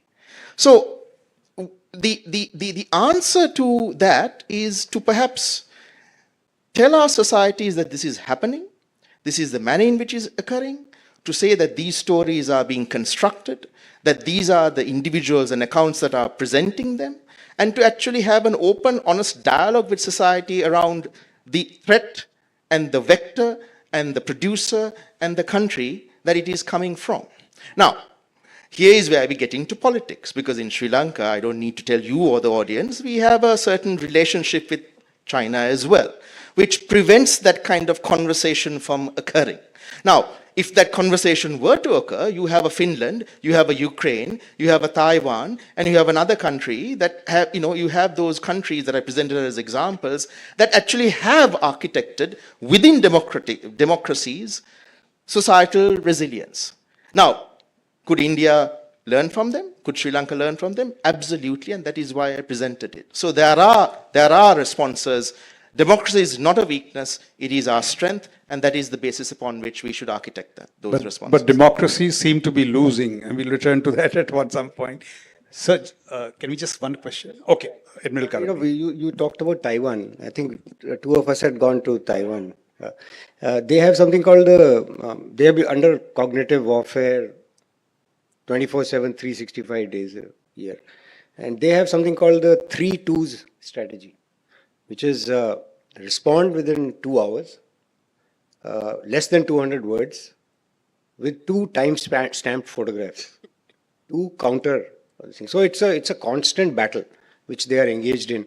And I thought that is one takeaway that India could take. Secondly, they have distributed, of course, this booklets to the entire population recently, about 4 days back, which gives them a guide. It's a guide to how to counter cognitive warfare with China. Sorry, I just took up some time. Yeah, any more questions? Somebody this side? Yeah, we'll come back to you. Yeah, please. Jain sir, my name is Harshvardhan. So my question is, as China is working on its string of pulse policy, and under this policy, China is surrounding India by making ports and developing some kind of establishments. And China also developed the Hambantota port in Sri Lanka and took it for 99-year lease. And after this, China can increase the military presence over there. So what is the insights of both the nations to maintain the security, which could not harm the India's interest? So this is my question, sir. So this is a question for Admiral Karambir. This is out of syllabus. Listen, we'll discuss this later. I'll take up too much of your time here. The fact on ground is that it's a reality that whatever you talk of string of pearls, etc., is a reality. The Chinese are here. They will come here because they have interests here. If you look at the map of the world, if China had an option to go to the east or to the west, they would prefer to go to the west, and they've rightly done so, because their resources come from their west, their markets are to their west, the energy that is powering their economy is to their west, and therefore Indian Ocean region is the place that they have to come to. They have vulnerabilities. Their problems are of the kind of distances that they'll have to traverse, because once your flag is, your trade is in a particular area, the flag follows. So there's an axiom called flag follows trade, and that is exactly what's happening. The Chinese are coming here, their navy will come here, they will operate here, and navies, they require reach and sustenance, which is being provided by ports, and they will use every rule in the book to come here and establish their presence. What we are worried about is that the way they have approached the entire idea of moving out of their geographically where they're constrained is through a very aggressive behavior. You've seen it in South China Sea. We just don't want it replicated in the Indian Ocean region. Rest during tea. All right, I think we'll take one last question here and then wind up. Yeah. Jai Hind, sir. My name is Reshav Vashisht. I am doing masters at IIT Madras in aerospace engineering, sir. Sir, I completely resonate with you what you said, and I may, I'll just give you one example. I had a bad experience. I had a startup, and I got L1 in one of the orders to supply 103 drones to Northern Command of Indian Army in 2022. Sir, despite the fact that I got L1, I was not able to get the order for so many reasons, sir. Sir, after that, I joined IIT Madras, and I am having a startup now. And sir, as you rightly mentioned, there are many brilliant students or startups, and the only bottleneck is that they are waiting for orders, sir. Sir, I am working on CCA. You happen to mention about Samir, sir. He's a very good friend, and he's a very good he's a mentor for me, and we keep on discussing about things. So I have two questions. One for sir, for you, and one for Admiral Karambir, sir. So first question is, sir, I was fortunate enough to be part of recent critical events, including Op Sindoor, where I assisted one of the think tanks in information warfare. And then I will just give you very, I guess you must be knowing this, that DG ISPR Ahmad Sharif Chaudhry, who is son of Sultan Basharuddin, who is a son of who is a banned terrorist outfit, who is banned by terrorist outfit, Al-Qaeda and all. Sir, I am just curious to know, so people like me and likewise there are many, sir. I have been trying to join forces and help forces for last 12 years, couldn't get a platform, and then it took me 12 odd years to get close to units, to understand the requirement of the forces. Now I'm working with paramilitary forces closely, and I'm set to join TA soon, sir. But sir, I'm just, within deep of my heart, I've given 27 SSBs to join forces and 13 times conference out. So it gives me immense, so with a heavy heart, I'm saying this. Please allow me to say so as freely as you could, sir. Sir, talking about competitions, I have been in 1 percentile in most of the competition: Google Code Jam, Facebook Hacker Cup, ACM, ICPC. But sir, I think I don't know whether how the course has changed for the last 3 years and all, sir. But I think there's a strong hand holding should be there from the forces.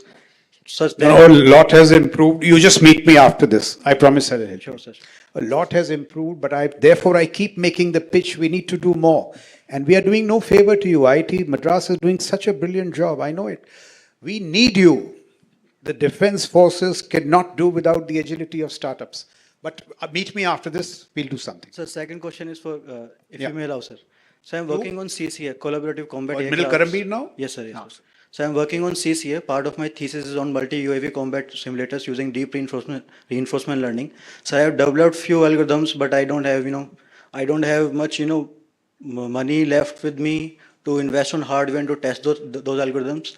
So, sir, is there any opportunity for a civilian like me who has a startup at IIT Madras could directly and talk to maybe naval aviation or get in touch with somebody who can help me test those algorithms on the actual hardware platform, sir? Are you looking for money or you're looking for?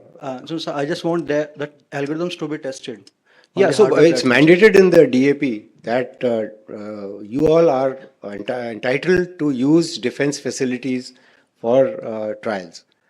And you must locate that section and contact people. They are supposed to give you even the naval dockyards if it amounts, but CCA will not be naval dockyard, but maybe if it's a naval yard, aircraft yard, or an air force, they are mandated to. I mean, they've been asked to help out people like you to test their equipment. Noted, sir. Thank you, sir. All right, so the positioning of the MC tells me that we are running out of time. So we'll just 30 seconds each. Any final remarks? None? Admiral Karambir, sir? So then I must ask you one question. Okay, then I'll Okay, go then you for say this your one. remarks. One of the things was the Ukraine war and Yes. what we're learning in Ukraine war. There's this discussion on the fact that death of large platforms and monoliths. That perhaps should be looked at with a little bit of circumspection. Both have a place. We have to, it's not either manned or unmanned, it's manned and unmanned. And my most important point I want to bring out is, if you talk of monoliths, I think the biggest monolith is the bureaucracy. That is what has to change. Because in a situation where you have to move and get technology at a much faster rate, this particular process-oriented bureaucracy is not delivering, and it has to change substantially. That is the real monolith that we have to get rid of. Thank you. Sanjana, anything? Sorry, Dr. Rashid, anything? Rashid hasn't spoken at all. You must speak. Rashid, did Chinese bots take over the Maldivian elections? Answer that. Cognitive warfare. Popular demand, right? I have to respond to the popular demand. Thank you very much. And thank you very much for the great questions that didn't come directly at me. But I think since I have had the opportunity, also once again, thanks Los for this opportunity to present some of the views from Maldives, and especially from the academia. It's a young academia in Maldives. We are doing some work on international relations, but just started on security studies. And I think security and strategic studies is one of the areas where Maldives and India meets at sea, I mean, the maritime domain. So one of the key takeaways from all this engagement, and I think my very good friend Sanjana, I mean, we come from the islands, so I can't speak for all islands, but because islands are part of the sea and we can't live without sea, our technology, our policy, and our approach to security has been pretty much influenced, very much influenced by the way in which we navigate the sea. And I think India has been our partner for a long time, long time. And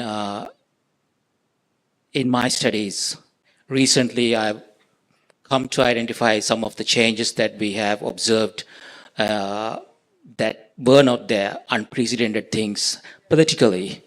But I would say because of some of the political changes that has happened or maybe that could happen in future, we must not stop the way in which we are thinking and we have been thinking and we will be thinking in future, especially in the context of military to military cooperation and defense diplomacy.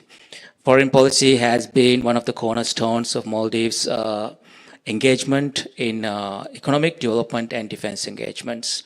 And I think that mutual understanding and mutual cooperation that we have maintained matters. And that has to go beyond state level thinking to societal and also community level thinking in order to make sure what we do and what we have been doing does not undermine the existing security infrastructures that we have established. Even though small, I think the way in which we engage, starting with the United Nations at the regional level, matters. So that's the final. So thank you very much. Thank you very much. I think we've run out of time, so I'll just take 1 minute to restate this argument of change in different ways. In response to the question of the startup here, let me say that while change is not happening at the rate it should, there are many silent revolutions on. Admiral Ghormade is here, I can never forget. He was a vice chief who used to give approvals on WhatsApp. I mean, that's as good as it gets. But let me see 3 more arguments. One was based on the logic, 3 more arguments why we just have to change. This is the centenary year of General S.K. Sinha. S.K. Sinha was one of the foremost advocates of higher defense organization reform. I mean, he sacrificed his career for that. In the 100th year, in his 100th year, for his sake, let's do something. Let's set up theater commands this year and not the next year. And the 2 other arguments are on emotion. This is also, we've just got past the day of Razangla, 18th November 1962. Major Shaitan Singh, when he's getting orders from all kinds of places to, withdraw, move here, move there, he ignores those orders, calls his men, 120 Bahadur, the movie which is directed by Rajiv Ghai's brother, Razi Ghai. And he tells them, देखो करना क्या है, सब तो पीछे हट रहे हैं, हमने क्या करना है. Now those 120 Bahadur आपस में बात करते हैं and they say, they draw their conclusions. ऊपर क्या हो रहा था, they forget it. और they say, देखिए ये भारत माँ की धरती है, इसको हम छोड़ेंगे नहीं. And Major Shaitan tells them, this is an astounding piece of leadership. He says, ठीक है, this is the compact now. अब ना आप तोड़ेंगे ना हम तोड़ेंगे. अगर आप पीछे हटे तो मैं आपको गोली से भून दूंगा. अगर मैंने पीठ की तो आप मुझे गोलियों से भून देना. And they don't leave that post. 110 people die. They kill 1,300 Chinese in consequence. February 63, when a patrol goes there, those men are discovered covered with snow with rifles in their hands. तो एक तो ये ethos है. The other is, and that's the last point, which is very recent, this crash, unfortunate crash of the Tejas, Wing Commander Sayal. When his father is interviewed, and he's asked कि भाई ये किधर गलती थी aircraft में इसमें, that man who's lost his son says, मुझे तो कुछ पता नहीं, लेकिन मेरे को इंक्वायरी पे पूरा विश्वास है. He says, अगर आपके और बेटे हुए आप उनको बनाएंगे फाइटर पायलट? He says, जरूर बनाएंगे. मेरा लड़का बड़ा होनहार था, बट इस देश को उनकी जरूरत है. Then he's asked कि भाई वो जहाज में, he says, मेरे को देश पे पूरा विश्वास है कि वो मेरे को फाइटर पायलट्स को सबसे बढ़िया जहाज देंगे. Now look at that kind of faith in us, and we are failing to deliver on one reason or the other. It is just not, it's beyond excuses now. We have to get our act together. For the sake of General S.K. Sinha, for the sake of Major Shaitan Singh, for this startup here. Another startup came to me and told me, sir, MOD ने मेरे को 3 बार award दिया है. 12 साल हो गए, एक contract नहीं दिया. We just have to sort this out. I cannot be more persuasive than this on logic, emotion, history. Let's get our act together. Thank you very much. Thank you very much. Thank you very much to our chair, I'd say, for framing this session with such remarkable strategic sharpness. Sir, I have to say you brought the battlefield of tomorrow in this room today. And I'm going to request at this juncture Vice Chief of Army Staff to kindly join us on stage once again and thank him with a small token, along with our eminent panelists as well, who have contributed with such great insights, forward-looking insights, in fact, that push our imagination and our preparedness in equal measure. So we'll begin, ladies and gentlemen, by thanking our chair for this session, Lieutenant General Raj Shukla.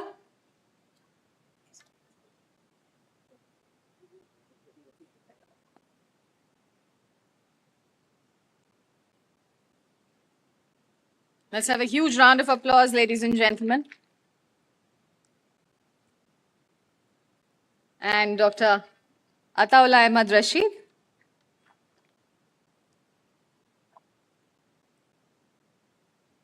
Admiral Karambir Singh,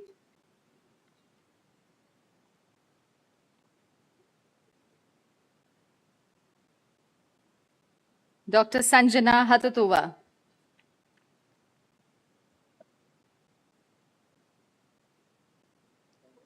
and I'd request and urge our eminent panelists to also give us a group photo opportunity before they go.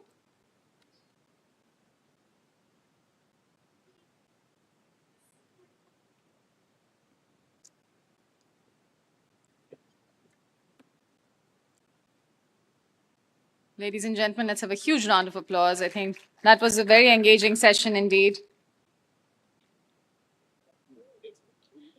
And now, ladies and gentlemen, I will request our eminent panelists to please take seats because we have a very important address from the Vice Chief and himself, and I'm going to request you to please take seats. Ladies and gentlemen, remain seated. Do not approach our speakers right now. It is my privilege now to hand over for this concluding session, the closing address, to the Vice Chief of Army Staff, Lieutenant General Pushpendra Pal Singh, Ati Vishisht Seva Medal, Sena Medal, to kindly deliver the closing address. Can we welcome him with a thunderous round of applause, please, before he does his address?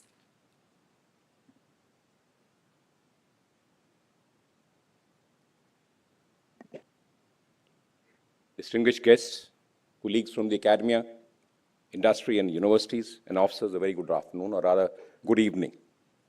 As we gather at the conclusion of this landmark edition of the Chanakya Defence Dialogues 2025, we do so to open a new chapter in how India thinks, debates, and prepares itself for a strategic future. Over the past 3 years, the Chanakya Defence Dialogues has evolved into one of India's most credible, inclusive, and intellectually vibrant platforms on strategic affairs, uniting military leadership, scholars, industry, policymakers, scientists, innovators, and youth in a shared mission of advancing India's strategic thought and national purpose. Our journey began in 2023 with the theme Collaborating for Enduring Peace and Security, aligned with the vision of Viksit Bharat 2047.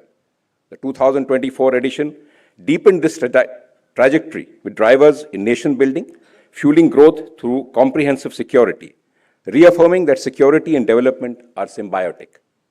This year's theme, Reform to Transform, Shashakt, Surakshit or Viksit Bharat, anchors the Indian Army's decade of transformation. We were honored by the presence of the Honorable President of India, who presided as the chief guest, and the Honorable Raksha Mantri, whose participation reaffirmed that India's march towards comprehensive national power is systemic, sustained, and strategic. The commissioning of the Indian Army-led initiatives, solar component of Chushul Green Hydrogen Project, the launch of Ekam AI, and Prakshepan, military climatology app as part of Digitization 3.0 by the Honorable Raksha Mantri, further underscores our collective commitment to sustainable innovation and cutting-edge transformation. A defining milestone this year has been the first ever Youth Leaders Forum, held on 31st October 2025, to commemorate Rashtriya Ekta Divas and the 150th birth anniversary of Sardar Vallabhbhai Patel, with participation from students, cadets, young researchers, and school children, and live streamed to IITs, universities, paramilitary academies, and formation headquarters. Over 9,000 young citizens joined this national conversation. Building on the fireside chat with the Chief of the Army Staff during the curtain raiser on 17th November, set the tone for further proceedings. Shri Rajiv Chandrasekhar highlighted the growing centrality of trusted digital ecosystems to national security. Backing the theme, a focused panel on Atmanirbharta in defense underscored the need for indigenous design, dual-use technologies, supply chains resilience, and deeper collaboration across the ecosystem. The curtain raiser was received with a lot of appreciation and marks a shift towards whole-of-public approach for national security. The widening of our strategic constituency is essential and timely because the global order itself is undergoing profound changes where great power competition is intensifying, gray zone conflicts are expanding, cyber, space, AI, quantum, and hypersonics are reshaping warfare, and narratives and influence operations are competing as fiercely as conventional forces. Navigating these complexities, this dialogue provided a consistent insight into how Atmanirbharta in critical technologies is no longer aspirational, but it is indispensable. It was against the backdrop of global flux that Day One offered strategic clarity, coherence, and direction. In her inaugural address, the Honorable President placed India's civilizational ethos of Vasudhaiva Kutumbakam at the heart of national strategy. She also underlined that reform and transformation are the key drivers of India's strategic autonomy. The keynote address by the Chief of the Army Staff underpinned India's role in shaping global security under the vision of 3 S's: Samman, Samvad, Sahyog, Shanti, and Samriddhi. He also outlined 4 sets of springboards for reform to transform: self-reliance, accelerated innovations, adaptation, and military-civil fusion. Shri BVR Subramaniam highlighted 7 transitions affecting nations globally: demography, economy, trade, geopolitics, technology, climate, and culture. The Defense Secretary, Shri R.K. Singh, emphasized breaking silos amongst all stakeholders for exercising comprehensive national power as part of whole-of-nation approach. Professor K. Vijayaraghavan illuminated how quantum breakthroughs and frontier technologies will redefine global hierarchies. He underscored the importance of long-term efforts in research and development and proposed a 3-step horizon roadmap for compressing timelines from concept to capabilities. These reflections set the stage for 3 incisive panel discussions on the first day of the Chanakya Defence Dialogue. The panel on Ops Sindoor reiterated the 3 crucial aspects of strategic grammar, strategic clarity, and strategic autonomy. It also deliberated on various definitions of terrorism worldwide and the divergent views of linking terror groups with nation-states on global platforms. The second session on changing status quo highlighted India's transformative journey from dependency on defense imports to record defense production and exports. While discussing the need to redesign of processes and ecosystem, the debate on indigenization vis-a-vis innovation was particularly interesting. Section 3 discussed civil-military fusion as a strategy to integrate civilian and military resources for national security, emphasizing dual-use technology, agile procurement, and innovations in defense. One of the key highlights was that as a nation, we must focus less on fusion and more on practical integration, aligned incentives, imagination, and faster adoption. Otherwise, CMF will remain a slogan rather than a capability. Day One concluded with a powerful address by the Chief of Defence Staff, highlighting that geography, once the anchor of strategy, is being diluted by technology. 4 trends that will shape future warfare were also identified: clarity, robotics and automation, battlefield transparency, and geopolitics. These trends are converging to produce a complex, fast-moving, ambiguous battle space. Therefore, we must anticipate, adapt, and generate asymmetric capabilities to prevail. This momentum carried seamlessly into Day 2, which pivoted from strategic framing into institutional innovation and technological roadmap. The Honorable Raksha Mantri grounded his address in India's civilization wisdom of peace, prosperity, and inclusivity. He highlighted the need to harmonize defense transformation with national strength and development, guided by strategic autonomy and national character resilience, one rooted in its ability to recover, reorganize, and rise. Continuing the conversation on resilience, Ambassador Venkatesh Verma, in his address, defined India's resilience as the product of strategic autonomy and gross and net power. India needs to consolidate national will in the era of power asymmetry in the future of geopolitical space, when Chinese assertions are on the rise and collective West is on the decline. Ambassador Pankaj Saran reminded us that while technology is reshaping the modern warfare, Human mind and ingenuity will remain central in application and usage of technology in the battlefield. The practical propositions of vigilance, tech integration, and R&D are the only way ahead to outpace our adversaries. Tools like AI, psychological operations, supply chain weaponization, and space technology have become battlefield equalizers. These probabilistic models of AI have disrupted the cognitive domain, and cyber warfare is shaping the battlefield. These challenges reaffirm the importance of building cognitive resilience, cyber preparedness, and international cooperation for peace and security.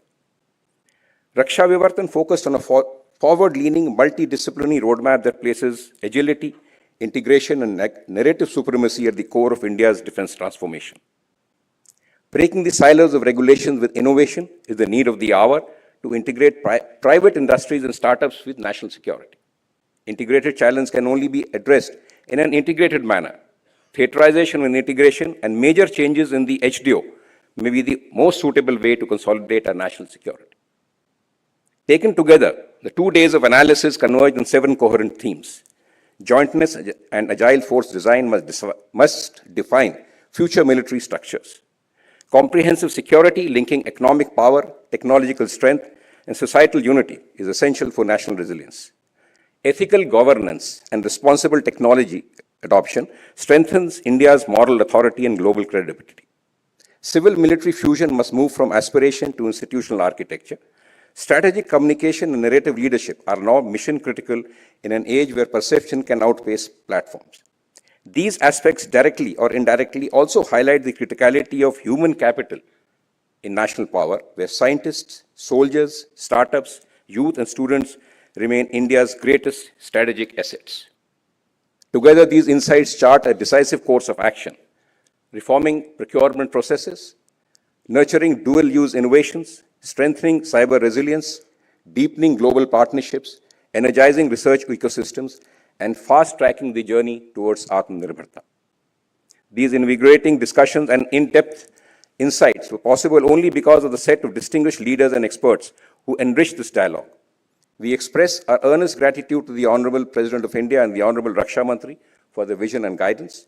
We thank General Anil Chauhan, Chief of Defence Staff, for his continued guidance and support, Shri BVR Subramaniam, Shri Rajesh Kumar Singh, Ambassador Venkatesh Verma, Ambassador Pankaj Saran, Admiral Karanveer Singh, Lieutenant General Shukla, for their invaluable contributions during the dialogue. We are grateful to the speakers from friendly foreign countries for their global insight on the issues.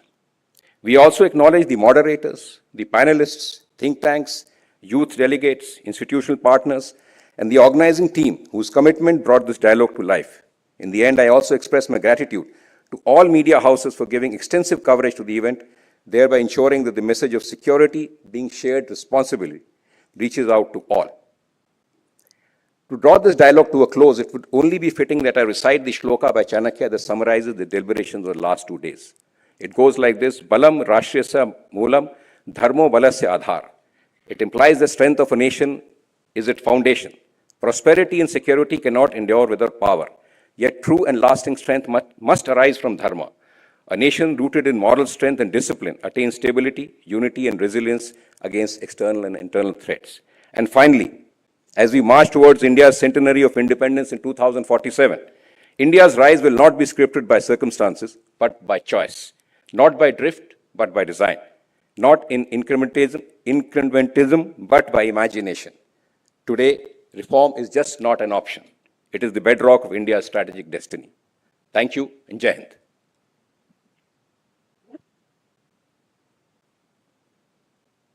Thank you very much, sir, for your thoughtful and commanding closing address. You brought the entire dialogue into sharp focus, connecting every theme, every insight, and every imperative with a clarity that only strategic leadership can offer. Your words have not just summarized the discussions, they have elevated their purpose. Your synthesis of the discussions has given this dialogue the finishing strength, reminding us that preparedness, purpose, and excellence, reminding us what actually preparedness, purpose, and excellence truly demand. And so I'd like to thank you very much for a closing address that captured the soul of Chanakya Defence Dialogue. Thank you very much once again.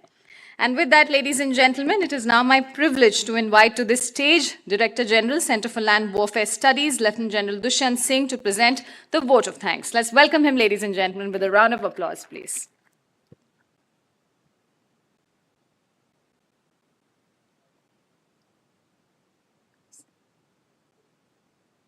Good evening, ladies and gentlemen. Vice Chief of the Army Staff, Lieutenant General Pushpinder Pal Singh, General Shukla, Admiral Gormade, Admiral Chima, Admiral Karambir. Do you notice the lopsided balance here? I think we must give all credit to the Navy for having supported us, not that the Air Force is behind. And distinguished speakers, our participants who have endured this seminar for the last 2 days, I hope you all have benefited from this. As we draw the curtains on the Chanakya Defence Dialogue 2025, it is both my honor and privilege to extend a few words of gratitude on behalf of the entire organizing team. At the very outset, I would like to express our profound thanks to the Honorable President of India and the Honorable Raksha Mantri for gracing the occasion with their presence. Their encouragement and vision have lent this dialogue not just prestige, but purpose, inspiring all of us to strive harder towards building a secure and a self-reliant Bharat, which reflected in over 1,200 people attending yesterday and about 800 odd people today. And that's, I think, kind of a record for Manekshaw Center. So my kudos to each one of you who spared their time to come and attend this particular seminar. Our heartfelt thanks to the Chief of the Army Staff for his constant guidance and leadership. His vision continues to shape the intellectual directions of this dialogue and strengthen its position as a premier platform for strategic thought in India. We are also grateful to the Vice Chief of the Army Staff, Deputy Chief of Army Staff Strategy, and the Officiating Director General Strategic Planning for their steadfast support and active involvement throughout the conceptualization and execution of this particular event. Their commitment and attention to detail have been instrumental in bringing this dialogue to life. To our distinguished speakers and panelists from India and across the world, we extend our deepest appreciation. Your insights have enriched our understanding of contemporary security challenges and expanded the scope of the dialogue. Many of you have traveled great distances to be with us, and we are truly, truly honored by your presence and participation. Thank you very much to all of you. A special word of gratitude is reserved for the Strategic Planning Directorate, Major General Neeraj Shukla, officiating DGSP, who will be soon getting promoted to the rank of Lieutenant General. I think this is a good occasion to compliment him also, Brigadier Manoj Khadakwal, and his team of officers whose steady hand and strategic vision have been the pillar on which this dialogue stands. Your commitment to fostering meaningful exchanges on national security has been the foundation of this initiative. My grateful thanks to General Shukla and your team. My sincere thanks also goes to the team of Center for Land Warfare Studies, our senior fellows, research assistants, and staff whose tireless efforts behind the scenes ensured that every detail was meticulously handled. Your dedication and professionalism continue to define the strength of this particular institution. We also thank the event organizer for their tireless efforts in making this particular seminar a grand success. We are deeply thankful to the QMG, ADG Adam Cord, and his entire team of the Manekshaw Center for providing us with this outstanding venue and for the impeccable logistical support that has made this event successful seamlessly. Our appreciation also goes to the event partners and vendors whose quiet efficiency and professionalism ensured that every element of this dialogue, from concept to execution, reflected the highest standards. Gentlemen, we got the particular venue late in the evening, and we had to work the whole night to make this particular event a grand success. So I think they also deserve a great round of applause. Finally, to all our participants, dignitaries, members of the media and audience, both here and online, thank you for joining us, for your engagement, and for keeping this dialogue on strategic affairs alive and relevant. I close, and I don't want to miss this opportunity, I close with the central message of this seminar.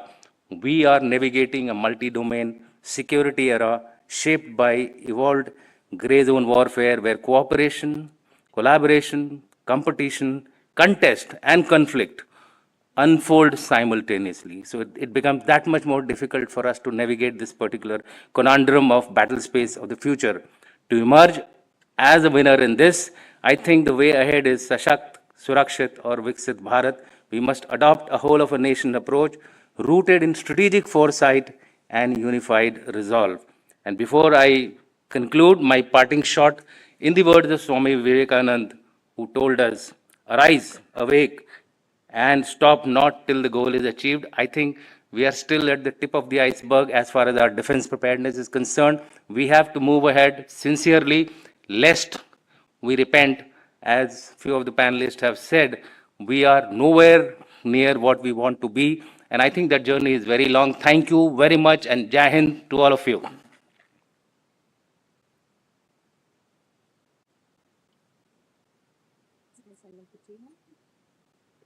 Thank you very much, sir, for that heartfelt, beautifully articulated, and deeply felt expression of gratitude. Your words have brought this dialogue to a close with the same warmth, clarity, and dignity with which it began. Your closing words have tied together the effort, purpose, and partnership that define this dialogue. With that, ladies and gentlemen, I thank you all for being an integral part of the Chanakya Defence Dialogue 2025. We do have running tea coffee, so before you go, please enjoy a cup of tea or coffee. Thank you very much. This is Aishwarya Singh, your Master of Ceremonies. Thank you, ladies and gentlemen.